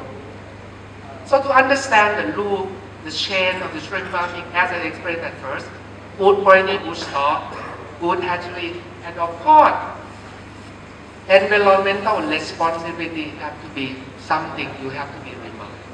Next. This is a model in the future. We call that small farm. That smart small farm. You can see that the farm has to be designed. You have a treatment pond, sedimentation pond. You have a reservoir. You have a ready to use, we call RTU. And then pond that culture have to be smaller, PE lining. And then every slot have to move in S, that is slot pond. And water after you finish have to be recycled to be used, no discharge anything outside the system. This is something that Sri Lanka have to be implemented to make your shrimp farming sustainable. Next. You see that in Philippines, they already done this recycle system. Slot pumping, remove them, keep in slot pond, no discharge, any disposal into the canal. Next. Future of shrimp pond 2019 going to be like this. If you never realize, you think about it. Small pond, square one. If you talk about small, how small it is? 1,000 to 2,000 square only. Square meter only. Pond have to be square to just design to circulate the waste easily. Future clean concept. Clean pond, clean sea, clean water, clean pond. Just simple thing you have to be in mind. elevate the bottom. Some farms, they have drainage canal higher than pond bottom. So sometimes you have seepage. So in the future, you need to design your pond. Bottom of your pond have to be elevated a little bit, 50 cent, 70 cent, I don't know, to remove the moisture from the pond, from the bottom. This is the future. Small, square, elevated, and slab pond and recycle. Next. You see, end of the future. Not only you, not only India, in Latin America, they have introduced this small pond, circulate the waste to the center, remove it out, keep in slab pond. Everywhere they do this. Next. Philippines, small, beautiful, tea lining, slab pumping, keep in slab pond, pond elevate, dry the pond belt. This happened. Next. Vietnam, elevate the pond, small. 1,000 square only Vietnam, probiotic farming. Okay, next. Slab pond have to be sacrificed. I emphasize. If you don't sacrifice this one to be slab pond and you dispose this one, you have a big problem. As many countries have a problem now. Next. This is slab pond in Philippines. You see how big it is. You can just keep the slab here. Next. And then if you ask me, how can you treat them? Easy. Next. You can use probiotic to treat the sludge, or even to use a fish to decompose this one. Next. And finally, you can convert them to be agriculture fertilizer, or even to use that one for the agriculture use. Next. Even the biogas. Thailand, we produce biogas from shrimp waste that you keep in slab pond. This is the way for you to sustainable shrimp farming. Next. CP Smart Farm in India. Next. Faster, please. Okay. I just let you know. Next. This is a smart farm in India that I think some of you already know. We introduced this one. Clean seed, clean water, clean pond, and nursery. Next. Not only India. We have 3C concept in Thailand. We have smart farm in India. We have CP combined program in Vietnam. And also we have BEST program in Philippines. So CP, we realize that to improve this one, you need to think about many things together. Good quality food stock, good quality hatchery, and also grow-out pond, and finally the production. Next is how to do. You can contact our staff if you're interested on this simple way. Next. Before we go to India, this is the culture of India. You see that a lot of problem there, shallow water, dark green, high pH, soft shell. Now India, next, look like this, small pond, circulate the water. Next, clean and clear water, good quality seed, good stock. You see that? Nursery phase. That is why India, they increased from 100,000 in year 2009 and now they have 700,000 because of 2 or 3 things I already explained to you. Next, India, small, slug farming, keep in slug pond, long arm aerator, everything already there. Next, there's India, see, clean, clear, grower. And you can do this in Sri Lanka because we already have technology for it. Next, slug pond, toilet, shrimp toilet. Earthen pond can be designed. PE lining, perfect. This is slug pond you can remove and kept in slug pond as I emphasized. Next, last slide, CP with holistic company.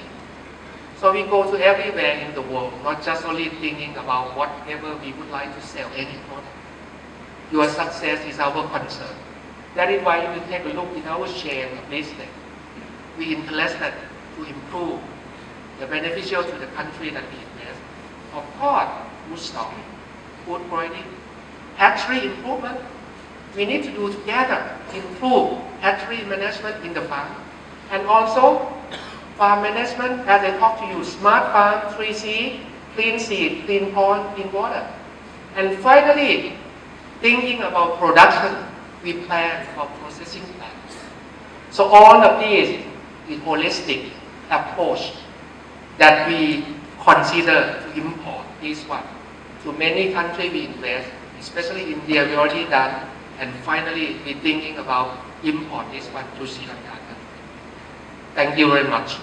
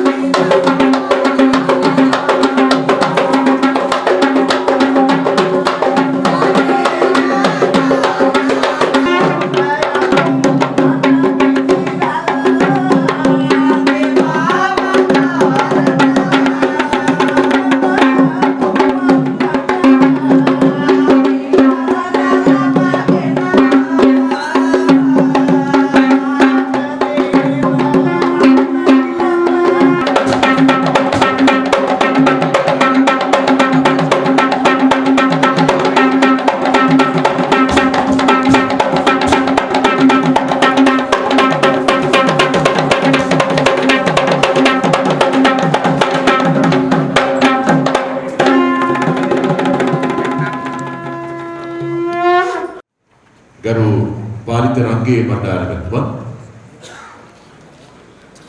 පාර්ලිමේන්තු මන්ත්‍රී එක්ටර් අපෝහමි මැතිතුමා ඒ වගේම පාර්ලිමේන්තු මන්ත්‍රී ශාන්ත අබේසේකර මැතිතුමා මේ අවස්ථාවට එක් වී සිටිනවා.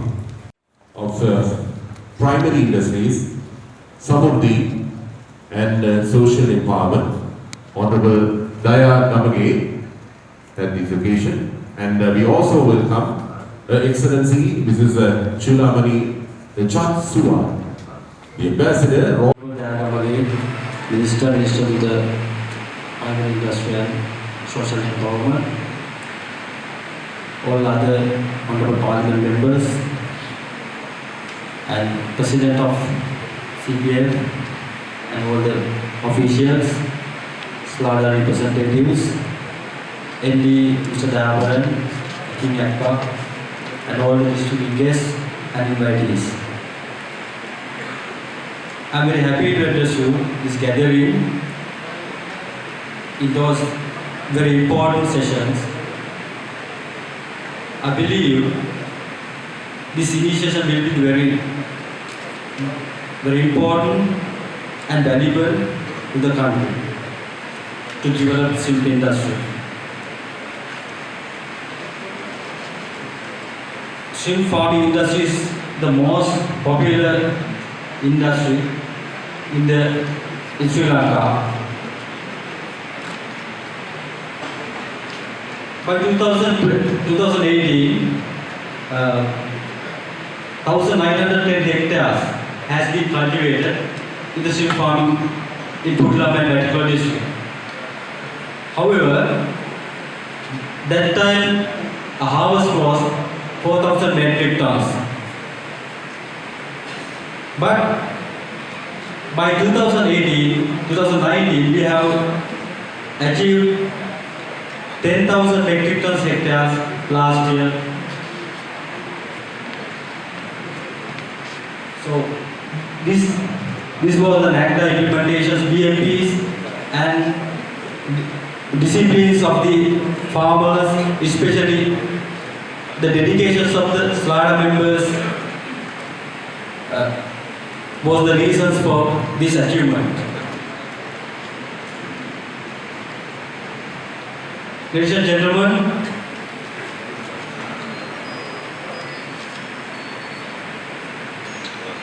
currently NACDA is developing the long-term plan to achieve the huge economic benefit to the country by expanding this sector. However, the cost of feeds and market issues, emerging disease, lack of quality seeds are the major issues currently prevailing.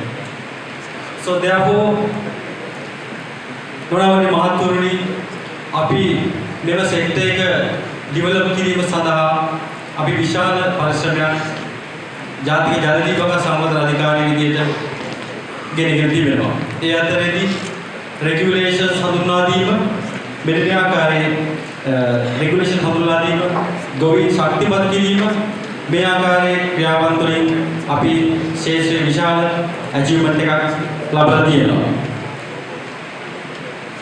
ගෞරවනීයතුමනි, අපිට මේ ශේෂ්ත්‍රය develop කිරීම සඳහා තියෙන ගැටලු අතර අපි දැක්කා මේ සමහර අපේ ප්‍රොඩක්ෂන් එක අලෙවි කර ගැනීමේ ගැටලුව අපිට දැනට පවතිනවා.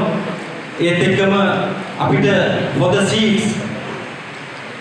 හොඳ සීඩ්ස් නැති ප්‍රශ්නය, ගැටලු නැති ප්‍රශ්නය අපිට තියෙනවා. මේ අතරේ ඩිසීස් ප්‍රශ්නය අපිට තියෙනවා. ඒ අතර අපි නැක්ඩ ආයතනයේ විදියට මෙව සෙක්ටර් එක විශාල වශයෙන් එක්ස්පෑන්ඩ් කරගෙන යාමට අදහස් කරද්දී අපිට තියෙන ප්‍රධාන ගැටලුව විදිහට අපි දකින්නේ අපිට ඉඩම් ලබා ගැනීමේ ගැටලුව. විශාල වශයෙන් ආයෝජකයන් මේ ශේෂ්ත්‍රය සඳහා ආයෝජන කිරීමට පෙළගැසී සිටින නමුත් අපිට විශාල ගැටලුවක් පවතිනවා මේ ඉඩම් අත්පත් කර ගැනීම. අපි ඇත්තටම අමතතුමනි අවුරුදු 5ක සැලැස්මක් හදලා රටේ මේ aquaculture නිෂ්පාදන වැඩි කිරීම සඳහා දැනට විශාල සැලැස්මක් හදලා තියෙනවා. නමුත් එෙහිදී අපිට තිබෙන ගැටලුව අතරේ විශාල වශයෙන් එන්වයරන්මන්ට් එක හා සම්බන්ධ දේවල් ඔස්සේ අපිට ඉඩම් ලබා ගැනීමේ ගැටලුව සහ ලොන්ග් ටර්ම් ලීස් එකක් යටතේ අපිට ආයෝජකයෙකුට ඉඩම් ලබා දීම සහ මෙන්න මේ වගේ දේවල් අපිට ගැටලුව අතර ප්‍රධාන තැනක් ගන්නවා. විශේෂයෙන්ම අපි හඳුන්වා දීපු aquaculture industrial park මේ වගේ දේවල් අපි මනාරම් දිස්ත්‍රික්කේ හඳුන්වා දෙන්න. නමුත් ඒවා අතරමඟ නතර වෙලා තිබෙනවා. මේ ශේෂ්ත්‍රය අපිට එම ඉඩම් ලබා ගැනීමේ අපහසුතාව නිසා. මේ නිසා ගෞරවනීයතුමාගේ අවධානය මේ සඳහා යොමු කර අපිට රටේ මේ දේවල් ලබා දුන්නොත් අපිට පුළුවන් මේ ශේෂ්ත්‍රය වල විශාල ආදායමක් ලබලා රටට විශාල විනිමය ෆොරෙන් කරන්සි ලංකාවට ලබා ගැනීම සඳහා. ඒත් එක්කම ගෞරවනීයතුමනි මේ ශේෂ්ත්‍රයේ ගොවින්ට නව බීජ හඳුන්වා දීම මේ දැන් මේ අද සිදුවන ඇප්ලිකේෂන් එකත් එක්ක සිදු වෙනවා. එහිදී අපි බලාපොරොත්තු වෙනවා හොඳ ක්වොලිටි සීඩ් එකක්, හොඳ ආදායමක් ලබා ගන්න හැකි හොඳ ක්වොලිටි ශ්‍රීම් වෙරයිටි එකක් හඳුන්වලා දීම. ඒත් එක්කම බෞද්ධ කාලේ අපි රට හඳුන්වලා දුන්නා ඉතාමත් ෆාස්ට් ග්‍රෝවිං එකක් තියෙන ශ්‍රීම් විශේෂයක් වන වැනිමි විශේෂය. ඉතින් එහිදී දැන් අපි එක පයිලට් ප්‍රොජෙක්ට් එකක් විතර මනා දිස්ත්‍රික්කයේ සිදු කරන ලබනවා. එහිදී අපි බලාපොරොත්තු වෙන කවිකව මේක ලංකාවේ අනිත් ප්‍රදේශ වලට හඳුන්වා දීමට. කෙසේ හෝ අපි ඊළඟ වසර 2-3 අතර කාලය තුල මේ ශේෂ්ත්‍රය පුරුදු කරමින් මේ ශේෂ්ත්‍රයේ දැනට පවතින මෙට්‍රික් ටන්ස් 8000ක් පමණ මෙම වගාව මෙට්‍රික් ටන් 40000ක් පමණ දක්වා පුළුල් කිරීමට බලාපොරොත්තු වෙනවා. ඉතින් මේ දේවල් උඩ අපි විශේෂ සිදු කිරීමේදී අපි දැක්කා තායිලන්ත ACP ආයතනයේ ප්‍රසන්ටේෂන් එක කරද්දී මොන වගේ ප්‍රැක්ටිසස් බෙස්ට් මැනේජ්මන්ට් ප්‍රැක්ටිසස් ඒගොල්ලෝ ඇප්ලයි කරලා තියෙන්නේ කියලා. ඒ නිසා අපේ විශේෂයෙන් අපේ ගොවි මේ ක්‍රමවේද අනුගමනය කළ යුතුයි. අපි විශේෂයෙන්ම land expansion වලට යනවා වගේම මේ තියෙන land වලින් වැඩිම intensifications කරලා වැඩි ආදායමක් ලබා ගන්න කොහොමද? හොඳ quality varieties ලබා ගන්න කොහොමද? අපිට තියෙන field ප්‍රශ්න විසඳුම් දෙන්නේ කොහොමද? මෙන්න මේ දේවල් ගැන අපි සාකච්ඡා කළ යුතුයි. කරමතුමනි දැනට තියෙන ප්‍රධාන ගැටලුවක් විදිහට අපි දකින්නේ මේ cost of production එක මේ ශේෂ්ත්‍රය වැඩි වීම. ඒ නිසා බොහෝ වෙලාවට අපේ මේ ශේෂ්ත්‍රය නියලා ඉන්න ආයෝජකයෝ ඉල්ලා සිටිනවා රජයේ පැත්තේ ඒගොල්ලෝ තියෙන බදු සහන ලබා දීම වගේ දේවල් අපි හිතනවා උචිත කියලා මේ ශේෂ්ත්‍රය නගා සිටවීම සඳහා. ඒ නිසා ඉදිරියේදී අපි මෙවැනි ආයෝජකයන් ලංකාවට ගෙනියන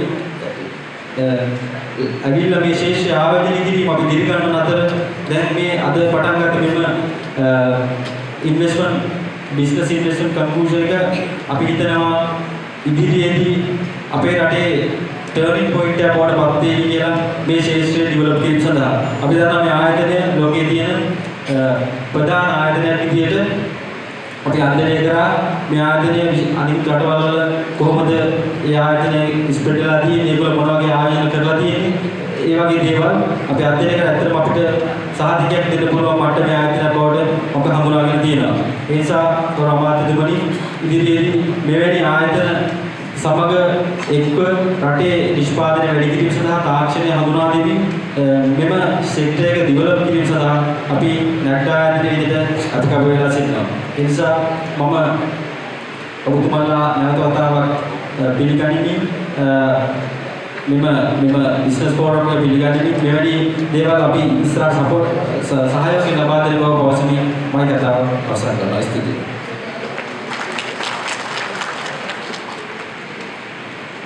නන්දා ආයතනයේ සභාපති මාධවනාරච්චි ප්‍රතිතුමාට අපේ සුටිය ඉදිරි කරනවා. Next, ladies and gentlemen, we are going to witness the most important event of the day. It's called the Business Launch.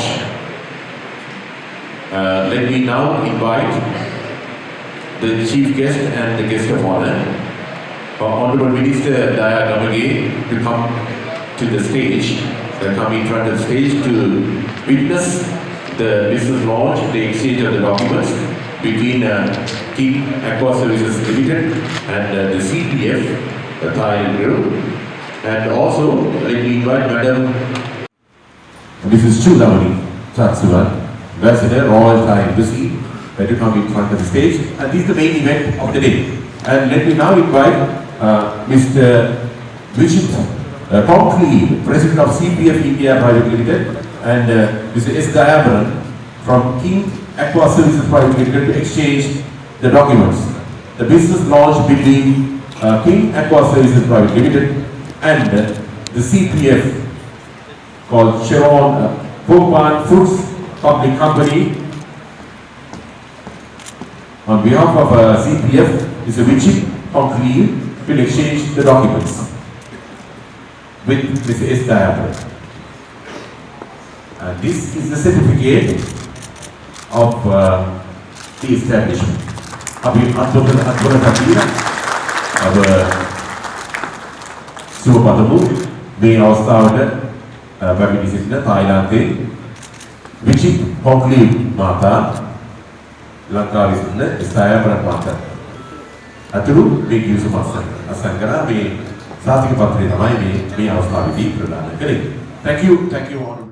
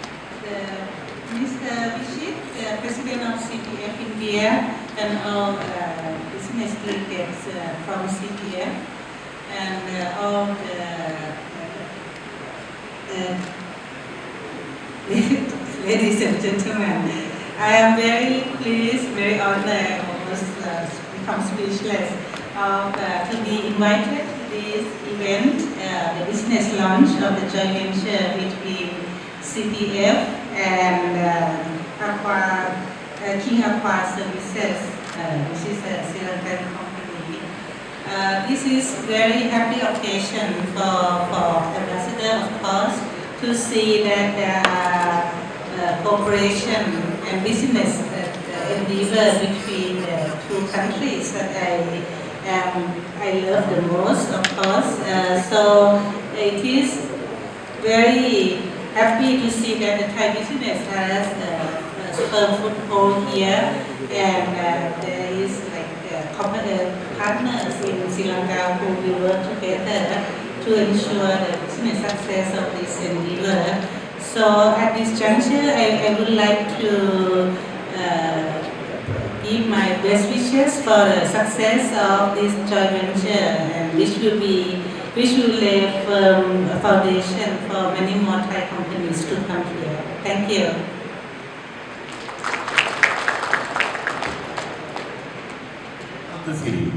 The Managing Director of Sea and Land Aquaculture Limited in Sri Lanka,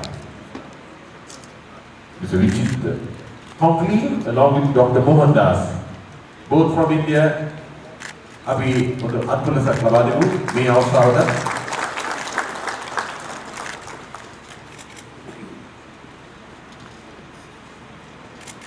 So that's the distribution rights given to a Sri Lankan company.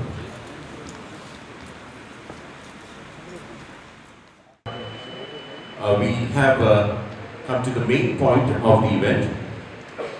The chief guest this afternoon, Minister of Primary Industries, Samruddhi Development and Social Empowerment, Honorable Daya Gamage, and we would like to invite Honorable Daya Gamage to address the audience. Now, මේ අවස්ථාවේදී අපි ඉතාමත් ගෞරවයෙන් ඉල්ලා සිටිනවා ප්‍රධාන අමුත්ත ලෙස මේ උත්සව භූමියට පැමිණි සිටින ප්‍රාථමික කර්මාන්තය සමෘද්ධි සංවර්ධනය සහ සමාජ සවිබල ගැනීම අමාත්‍ය ගරු දයා ගමගේ මැතිතුමන්ටයි මේ ආරාධනාව. උතුම සුබ මන්දිරයක් පාලිත රංග බණ්ඩාර මැතිතුමනි අපේ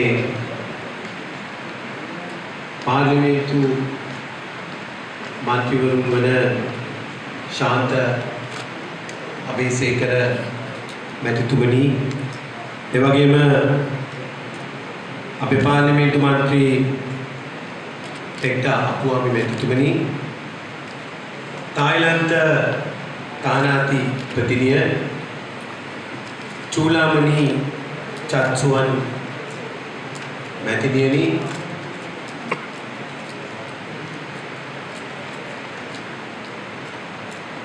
නැඩ්ඩා ආයතනයේ සභාපතිතුමනි තායිලන්තයේ විජිත් කොංකෝ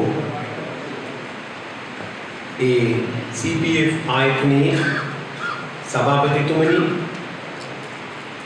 මොහන්දාස් මැතිතුමනි ප්‍රකාණ මැතිතුමනි චක්‍රිත් මැතිතුමා එවැගේම අද මෙම උත්සවය සංවිධානය කරපු කිං ඇක්වා සමාගමේ සභාපති දයාමල් මැතිතුමා ඇතුළු මේ අවස්ථාවට සහභාගී වී සිටින හිතවතුනි දූ දරුවනි මම සතුටු වෙනවා විශේෂයෙන්ම අද මට මෙම උත්සවයට සහභාගී වෙන්න ලැබීම ගැන. මොකද මගේ අමාත්‍යාංශය ප්‍රාථමික කර්මාන්ත අමාත්‍යාංශය මම පටන් අරගත්තට පස්සේ මම මෙම ස්ථානයට ඇවිල්ලා මම අපේ ඉස්සෝ වගාවේ ඉදිරිය ඉන්න ව්‍යාපාරිකයන් මුණ ගැසුවා. ඊට පස්සේ අපි මෙම ඉස්සෝ වගාව පිළිබඳව අධ්‍යයනයක් කරා. ඒ අධ්‍යයනයේදී අපිට දැනගන්නට ලැබුණේ ඉස්සෝ වගාව දියුණු කරන්නට අවශ්‍ය කරන ප්‍රධානම දේ තමයි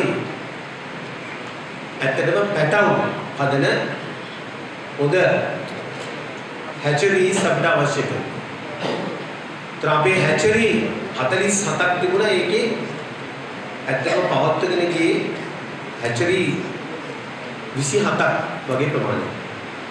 අපි තීරණය කරා මේ හැචරි 27ටම උදව් කරලා ලෝක බැංකු ව්‍යාපෘතිය තුලින් ඒ හැචරි අඩු වශයෙන් B පන්ති හැචරි බවට අපි ඒක උසස් තත්ත්වයට ගෙනල්ලා හොඳ ඉස්සු පැටව අපේ වගාකරුවන්ට ලබා දෙනවා. ඒ වගේම දෙවෙනි එක තමයි අපි ලෝකයේ අනිත් රටවල් එක්ක ඉස්සු ගැන අධ්‍යයනයක් කරාම අපේ රටේ තියෙන ඉස්සු වර්ගය මොනඩෝ කියන ඉස්සු වර්ගයක ලෝකයේ වෙළඳ පොලේ හොඳ ඉල්ලුමක් තියෙනවා. ඒ වගේම ඒ ඉස්සු වල රසට ලෝකයේ අනිත් රටවල් කැමතියි. නමුත් ඊට පස්සේ දැන් ලෝකයේ වනාමි කියන ඉස්සු වර්ගය ඒක ඇති කරලා ඊට පස්සේ ඉස්සු නිෂ්පාදනයත් එක්ක අපි බලනකොට ඒ මොනඩෝල් කියන ඉස්සු වර්ගය සාමාන්‍යයෙන් ඒ පොන්ඩ් එකක් ගත්තොත් පොන්ඩ් එකේ යට තමයි වැඩිපුර උන් ජීවත් වෙන්නේ. නමුත් වනාමි කියන ඉස්සු වර්ගය පොන්ඩ් එකේ හැම තැනම උන්ට ඉන්න පුළුවන්.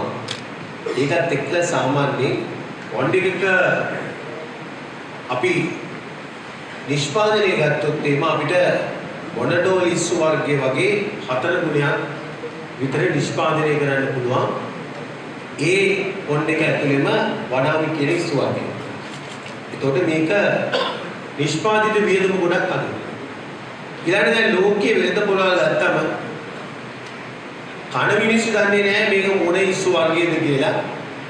එතකොට අද ලෝකයේ තියෙන තාක්ෂණයත් එක්කලා ඕනම රසක් අද හදන්නට පුළුවන්.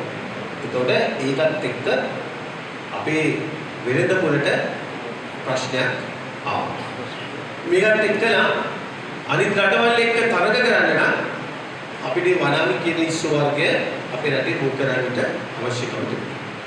මේක අවුරුදු ගණනක් තිස්සේ අපි වගාකරුවන්ගේ සමානුන්ගේ ඉල්ලීමක් වුණා. නමුත් ඒකට අපිට නියම තාක්ෂණය නැති නිසා ඒ ගැන ගොඩක් බය වෙලා හිටියේ. නමුත් මේක ඉන්දියාවේ වගේම තායිලන්තේ ඉතාමත්ම විශාල ලෙස මේක ව්‍යාප්ත කරලා තියෙනවා. ඔගේ නිෂ්පාදනය අපේ රටේ නිෂ්පාදනය වගේ 100,000 ගුණයකින් වැඩි කරලා තියෙනවා. ඒතකොට මෙතනදී මගේ ගෞරවයෙන් කෘතඥතාවය මම පුද කරන්නට උනේ තමුන්නාන්සිලගේම වගාකරුවෙක් හැටියට මේ ව්‍යාපාරයේ නියැලලා ඉන්න දයාබරන් මැතිතුමා අද මේ තායිලන්තයේ මෙම ව්‍යාපාරයේ ඉදිරියට ඉන්න අධි තාක්ෂණීය තියෙන CPF ආයතනයත් එක්ක එකතු වෙලා ව්‍යාපාරයක් පටන් අර ගන්නවා. මේ ඉස්සු පැටව හදන ව්‍යාපාරයක් මේ වනාමි කියන වර්ගයේ විශේෂයෙන්. එතකොට අපේ වගාකරුවන්ට හොඳ ඉස්සු පැටව ලබා දීම තුළ අපිට අපේ ඉස්සු නිෂ්පාදනය වැඩි කරන්නට පුළුවන්. ඒ වගේම මේ අවස්ථාව කරගන්නවා මම ඇත්තටම විශේෂයෙන්ම මේ ප්‍රදේශයේ නියෝජනය කළ එක්සත් ජාතික පක්ෂ අපේ මන්ත්‍රීවරුන්ගේ ලොකු ඉල්ලීමක් තිබුණා. මේ විනාශ වෙලා ගිහින් තියෙන ඉස්සු වගාව. මොකද මට මතකයි මේ ඉස්සු වගාව පටන් අරගත්තේ දා ප්‍රෙස්ටස් පෙරේරා අමෙතුමා ඉන්න කාලේ. මොකද මම දේශපාලන නොවිදිය ව්‍යාපාරිකයෙක් හැටියට එදා රජය ඒ හදපු මුලින්ම ඉස්සෝ ෆාම් එක හැචරිකකුත් එක්කලා ඒ කොන්ත්‍රාත්තුව කරේ මගේ මට අයිති ආයතනයක් තිබුණා. ඒක නිසා මේ ඉස්සෝ වගාව ගැන මම දැන් අවුරුදු 20කට 25කට විතර ඉස්සෙල්ලා මම දැනගෙන හිටියා. එතකොට ඒ පටන් අරගත්ත ව්‍යාපෘතිය පහුගිය රාජ්‍ය කිසිම කන්ට්‍රෝල් එකක් නැතුව මේක හැමතැනින්ම හැමෝටම පරිසරය ගැන කල්පනා කරන්නේ නැතුව ඉස්සු වගා ව්‍යාප්ත කරන්න දීම තුල අන්තිමේදී ලෙඩ රෝග වලින් අපේ ව්‍යාපාරය සම්පූර්ණයෙන්ම විනාශ වෙනවා. අපි අපනයන වෙළඳ පොළට නිකුත් කරනවා නම් ඉස්සේ අඩු වශයෙන් අපි ග්‍රෑම් 27ක් විතර වෙනවා. නමුත් අපිට ග්‍රෑම් 28කට ඉස්සේ හදා ගන්න හම්බෙන්නේ නැහැ. ඊට ඉස්සෙල්ලාට වයිට් ස්පොට් කියන ඩිසීස් එකත් එක්ක අපි ඉස්සෝ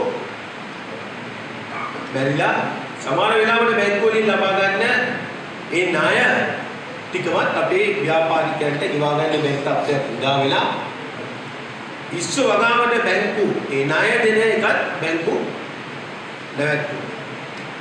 ඒතර මෙවැනි තත්ත්වයකට මේ ව්‍යාපාරය ආවේ හරි වැඩ පිළිවෙලක් අපිට නැතුණා. ඒතර අපේ නැග්නා ආයතනයේ තිබුණ සමහර දේශපාලකයෝ වැරදි ආකාරයට කටයුතු කිරීමේ ප්‍රතිඵලයක් හැටියට තමයි අපේ ඒ ව්‍යාපාර නැති වෙලා තියෙන්නේ. ඒතර අපිට මේක අලුතෙන් සංරක්ෂණය කරන්න සිද්ධ වෙලා තියෙනවා.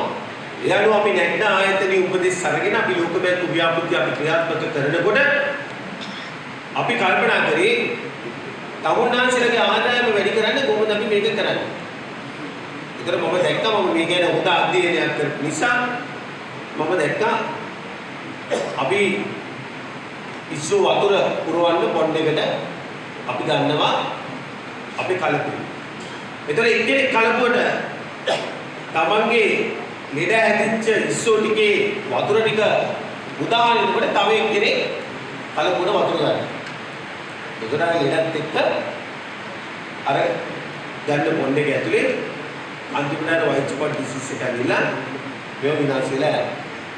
ඒතර මේකට අපි අලුත් තියෙන තාක්ෂණේ එකක් ඔන්ලයිනින් UV ට්‍රීට්මන්ට් අර මම ඉස්සෙල්ලා කිව්වා වගේ ලෙඩවලට උරොත්තු දෙන පොද පැටවු අපි නිෂ්පාදනය කරන්න අවශ්‍ය කරලා තියෙනවා. ඒතර මෙන්න මේ තුنين තමයි අපිට පුළුවන් වෙන්නේ තමුන්නාන්සලගේ ව්‍යාපාර දියුණු කරන්න අත්උදව්වක් හැටියට ලබා දෙන්න. ඒතර මේක ස්ලාඩයකට එකතු වෙලා අපි මේ ව්‍යාපෘතිය කරනවා. ඒතර මේකෙදි දැන් මම කතා කරනකොට දැන් ඇත්තටම මේක ගොඩක් ඉවර කරන්න ඕන. නමුත් තමුන්නාන්සල දන්නවා පෞගිය කාලේ දවස් 52ක් මුළු රටම අකර්මණ්‍ය වුණා. ඊට පස්සේ දැන් තමයි අපි ওই සභාපතිවරුන් යන්තම් පත් කරගෙන අපි වැඩ පටන් ගන්නවා. එතකොට අපි ගෙනගෙන ගිය වැඩ පිළිවෙල මේ වෙලාව වෙනකොට අද තමුන්නාන්සලට ඒකේ ප්‍රතිඵල ලැබෙන මොහොත නමුත් අවශ්‍යතාවකට වගේ ඒවා ඔක්කොම අවුරුද්දකට විතර පස්සේට ගියා. නමුත් අපි පුළුවන් තරම් ඉක්මන් කළා. මම බලාපොරොත්තු වෙනවා මේක ක්‍රියාත්මක කරන්න තව මාසයක් දෙකක් ඇතුළත. විශාන්ත මන්ත්‍රීතුමා ඒ වගේම විශේෂයෙන්ම තමුන්නාන්සලගේ ප්‍රදේශයේ නියෝජනය කරන අපේ එක්ට අක්මාවේ මන්ත්‍රීතුමා පාර්ලිමේන්තුවේදී හැමදාම මට කතා කරලා කියන්නේ කොහොමද ඉස්සු ව්‍යාපෘතිය තාම අපි බලාපොරොත්තු වෙන සීග්‍රයෙන් යන්නේ නැහැ කියලා. ඒක නිසා මේක ක්‍රියාත්මක කරන්න අවශ්‍යයි. දැන් අලුතින් සභාපතිවරයෙක් ඇවිල්ලා ඉන්නවා නැක්ට ආයතනයේ. එතුමත් එක්කත් මම රැස්වීමක් දානවා. ස්ථාන ආයතනය ඒ වගේම අපි තෝරගත්ත ඇත්තටම ලෝක බැංකුව ව්‍යාපෘතියේ මේක දියුණු කරන්න ඒ උදවිය ලෑස්ති මට පොඩි මුදලක් නෙවෙයි ඩොලර් මිලියන 25ක් විතර ඒ කියන්නේ බිලියන 3ක් විතර මුදල් ලබා දෙන්න ඒගොල්ලෝ පොරොන්දු දුනා. නමුත් ඒගොල්ලෝ කිව්වා ඒකට ඉස්සෙල්ලා 10 දෙනෙක්ගේ විතර තෝරගෙන ඒ ටික අප්ඩේට් කරන්න ඊට පස්සේ අනිත් එකට මුදල් දෙන්න. ඒතර මේ 10 දෙනාගේ එක දැනට තෝරගෙන ඉන්න කට්ටිය මාසයක් නැත්නම් දෙකක් ඇතුළත අපි මේක පටන් ගන්නක ඉවර කරන්න අවශ්‍යයි. මම අර කිව්ව ආකාරයට මොකද දැනට ඔයගොල්ලෝ සාමාන්‍යයෙන් අවුරුද්දකට ඉස්සු වගා කරන්නේ එකවරක්. නමුත් අපි මේක අලුත් තාක්ෂණයත් එක්ක අපි ඔන්ලයින් කරලා හරියට UV ට්‍රීට්මන්ට් වතුර ඉලල්ලා අර පැටව හරියට දාලා අපි හදුවොත් එම අපිට පුළුවන් අවුරුද්දකට තුන් පාරක් කරන්න. ඒතර ඔයගොල්ලන්ගේ ලාභය වැඩි වෙනවා, ඔබේ නිෂ්පාදන වියදම අඩු වෙනවා. ඒ වගේම අපිට අනිත් කඩවල එක තරග කරන්න අපිට හොඳ නිෂ්පාදනයක් තියෙන්නට ඕන. ඒ වගේම මම දන්නවා ඔයගොල්ලන්ට වෙළඳ පොලි ප්‍රශ්නයක් තියෙනවා. මොකද අපි මේක අපඩේදී කරනකොට අපඩේදී කරුවන් කීප දෙනෙක් විතර ඉන්නේ. මේකට මගේ අදහසක් මම තමුන්නාන්සලට කියන්න කැමතියි. ස්නාඩ ආයතනයේත් එක්කව වෙලා අපිට පුළුවන් පොද ව්‍යාපාරිකයෝ කීප දෙනෙක් එකතු වෙලා තමුන්නාන්සලගේ අයිතියත් එකට දාලා අපිට පුළුවන් ශීතාගාරයක් හදන්න. කෝපරේටිව් සිස්ටම් එක. තොර තමුන්නාන්සලගේ ඒ ඉස්සෝ අපි අරගත්තොත් පොන්ඩ් එකේ ඒක මැචුව වෙනකොට ඒක ඔයගලන්ට පුළුවන් ගබඩා කරලා තියන්න. ඒතර වෙළඳ පොලේ ගාණ කීය වුණත් Tamanට අවශ්‍ය කරන මුදල විතරක් බැංකුවෙන් අරගෙන අපි හරි මුදල වෙළඳ පොලේ ලැබෙනකොට අපිට පුළුවන් මේක වෙළඳ පොලේ නිකුත් කරන්න. ඒතර මේ ආකාරයට දැනට ඔයගලන් ගන්න මුදලට වඩා වැඩි මුදලක් ලබා දෙන ආකාරයකට මට පුළුවන් මේක සකස් කරන්න. හැබැයි මේක මට තනියෙන් කරන්න පුළුවන් කමක් නැහැ. මොකද අපි රාජ්‍යයක් ඇටියට අපි බලාපොරොත්තු වෙන්නේ නැහැ. ප්‍රාථමික කර්මාන්ත අමාත්‍යාංශයේ ව්‍යාපාරවල යෙදෙන්න මම බලාපොරොත්තු වෙන්නේ තමුන්නාන්සලගේ ව්‍යාපාර ශක්තිමත් කරලා තමුන්නාන්සලව ශක්තිමත් කරලා අපේ රටේ ආර්ථිකයට යමක් එකතු කරගන්න. ඒතර අපි දෙන මුදල් හැම එකක්ම අපි දෙන්නේ තමුන්නාන්සලගේ ව්‍යාපාර තුළට. තමුන්නාන්සලගේ ව්‍යාපාර තුළට අපි ආයෝජනය කිරීම තුලින් අපි බලාපොරොත්තු වෙන්නේ රටේ නිෂ්පාදනය වැඩි කරලා අපේ අපනයන ආදායම වැඩි කරනවා. මොකද අපි ගණන් හදලා බැලුවා අපේ රටේ ණය අපිට ගෙවන්න ඩොලර් වලින් ණය ගත්තම අපි ඩොලර් වලින් ගෙවන්න ඕනේ. එතකොට ඉස්සු කර්මාන්තෙමුත් අපිට පුළුවන් පහසුවෙන් අපනයන ආදායම ඩොලර් මිලියන 1000ක් අවුරුද්දකට ගේන්න. මෙන්න මේ ඉලක්කයට යන්න රජය අද සැලසුමක් සකස් කරලා තියෙනවා. ඒ සැලසුම ක්‍රියාත්මක කරනකොට මේකේ පංගුකාරය වෙන්නේ තමුන්නාන්සල. එතකොට මේ ව්‍යාපෘතිය තුලින් අපිට ඩොලර් විශාල මුදලක් අපිට උපයන්න පුළුවන්. නැත්නම් අපිට කවදාකවත් පුළුවන් වෙන්නේ නැහැ මේ ණය කන්දරාව දෙවල ඉවර කරන්න. අපි මේක මාර ගන්නකොට ඇත්තටම 2015 අපිට පුළුවන් වුණේ පොලිය විතරයි ගෙවන්න. දැන් වෙන අපේ ආණ්ඩුවේ ආදායම වැඩි කරගෙන අපි ණය වාරිකයකුත් ගෙවන්න පුළුවන්. හැබැයි රජයේ සියුම්ගේ වැටුප් ගෙවන්න, රජයේ නඩත්තු කරන්න, සමෘද්ධි දීමනාව දෙන්න. ඊළඟට පූර්ව සහනාධාරය, වැඩිහිටි දීමනාව, අබ්බගත ආබාධ සහිත පුද්ගලයන්ගේ දීමනාවල්. ඒතර මේ හැම එකක්ම ගෙවන්න, පාරවල් අලුතෙන් හදන්න, පාරවල් නඩත්තු කරන්න, මේ හැම එකකටම අපි මුදල් ණයට ගන්නවා. ඒතර මේ ණය චක්‍රයෙන් එළියට එන්න නම් අපි අපේ රටේ නිෂ්පාදනය වැඩි කරන්න ඕනේ. අපි පෞද්ගලික ආණ්ඩුවේ රාජපක්ෂ මහතුරුන්ට දැන්නට වැඩක්. ඒ උදවිය අපි මේ කරගෙන යන වැඩ පිළිවෙල කඩාකප්පල් කරන්නේ ඊ පෙරේද කපුල් මාට්ටුවක් දාලා බැලුවා මේක කඩාකප්පල්. අපි තව අවුරුද්දකට පිටිපස්සේ දැන්නා. දැන් පෞද්ගලික කාලේ දවස් 52කට වුණ පාඩු අපේ කොටස් වෙළඳ පොලේ ඩොලර් මිලියන 600ක් අපිට අහිමි වුණා. අපේ බොන්ඩ් මාකට් එකේ ඩොලර් මිලියන 1000ක් අපිට අහිමි වුණා. ඊළඟට අපේ ආයෝජන අඩුම වශයෙන් ඩොලර් මිලියන 1000ක් අපිට ඒව නැවතුණා. ඒතර ගත්තොත් කීයද? ඊතරම ඩොලර් මිලියන 2600. ඒතර මේ ඩොලර් මිලියන 2600ක් අපිට ණයකුත් ගෙවන්න තිබ්බා මේ ජනවාරි මාසෙ.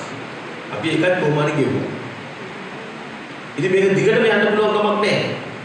ණය ගෙවන්න ණය ගන්න ඕනේ. ඉතින් මේක නවත්තන්න නම් අපි අපේ රටේ නිෂ්පාදනය වැඩි කරන්න ඕනේ. අපි කාට වැඩ කියන වැඩක් නැහැ. තමුන්නාන්සලා හරියට අපිට උදව් කරනවා නම් මේ වගකීම බාර ගන්නවා නම් මෙතන ඉන්න മന്ത്രിවරු එක්ක එකතු වෙලා තමුන්නාන්සලාගේ ප්‍රදේශයෙන් විශාල දායකත්වයක් අපිට ලබා දෙන්නට පුළුවන්.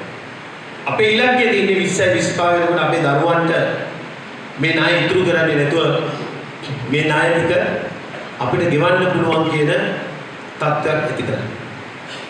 ඒකට උදව් කරන්න කියලා ඉල්ලීමක් කරමින් දයාබරන් මැතිතුමා සමග CPF ආයතනයෙන් මේ පටන් අරගන්න ව්‍යාපෘතිය අපේ රටට ආර්ථිකයට විශාල දායකත්වයක් ලබා දෙන්නට පුළුවන් ව්‍යාපෘතියක් ඇටියට ආයතනයක් ඇටියට දියුණුවෙන් දියුණුවටපත් වේවා කියලා ප්‍රාර්ථනා කරමින් මේ අවස්ථාවට අප සමග එකතු වෙච්ච අපේ මන්ත්‍රීවරුන්ට ඒ වගේම තායිලන්තයේ අපේ තානාධිපතිනිය චූලමණි මැතිණිය ඒ වගේම අපේ ෆෙස් සෙක්‍රටරි ඇතුළු හැම කෙනෙක්ටම මගේ ගෞරවය ස්තුති පුද කරමින් මම නවතින ඔක්කොටම සම්මා සම්බුදු සරණයි.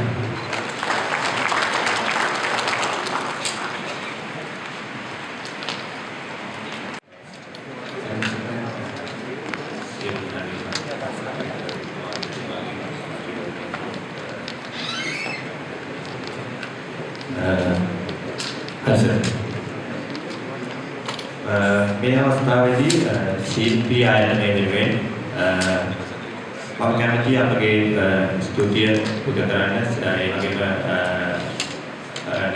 නව අපගේ ආයතනය වල Lotus Aquaculture ආයතනය වෙනුවෙන් මේ අවස්ථාව ඉතාම හොඳින් කර ගැනීමට සහභාගී වූ ගරු දායකගේ ඇමතුමාට අපගේ ස්තුතිය පුද කරනවා.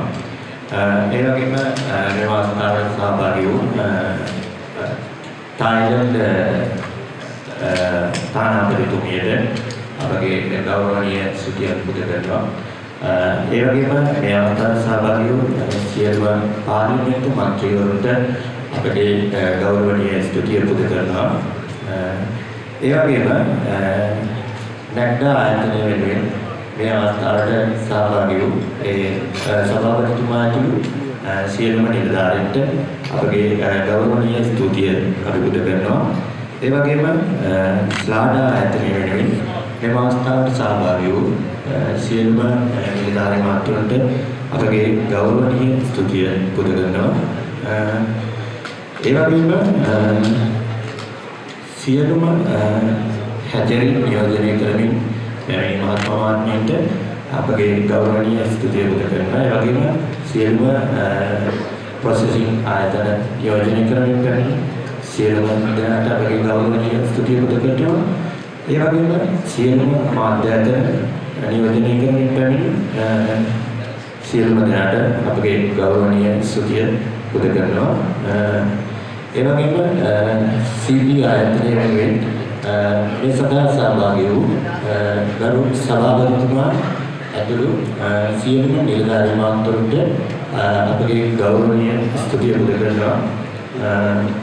ඒ වගේම ජේෂ්ඨ මාධ්‍යවේදී ජේ යෝගරාජ් මහතා සියලුම භාෂාවලින් ඔබ ඇමතු එතුමාට අපගේ ගෞරවනීය ස්තුතිය පුද කරනවා. ඒ වගේම කිං එක ආයතනය වෙනුවෙන් ස්ථාවර මහතා සියලුම ආයතනය වෙනුවෙන් සුදානන්ද සේන මහතුන්ට මේ අවස්ථාව සාර්ථක කර ගැනීමට දැක්වූ සහයෝගය වෙනුවෙන් අපගේ ගෞරවනීය ස්තුතිය පුද කරනවා. ඒ වගේම මේ අවස්ථාවට සහභාගී වූ සියලුම බැංකු ආයතන රාජ්‍ය නිලධාරීන් සමාජාංශ නිලධාරීන් ඇතුළු සියලුම දෙනාට CP ආයතනය වෙනුවෙන් ඒ වගේම නව ඇති වූ මෙම Lotus Aquaculture ආයතනය වෙනුවෙන් මගේ ගෞරවනීය ස්තුතිය පුද කරනවා. ඒ වගේම අපේ වටිනාම සම්පත CP ආයතනය ඉතාමත් දීර්ඝ කාලයක සිට 1992 සිට ලංකාවේ ෆාමර්ස්ලා සමග ඉදී මෙම කර්මාන්තයේ විශාල දායකත්වයක් ලබා දෙනවා. එම සියලුම සහභාගී වූ ඉස්සන් වගකරුවන්ට මෙම අවස්ථාවේදී මගේ ගෞරවනීය ස්තුතිය පුද කරමි. මම සම්බන්ධ වෙනවා.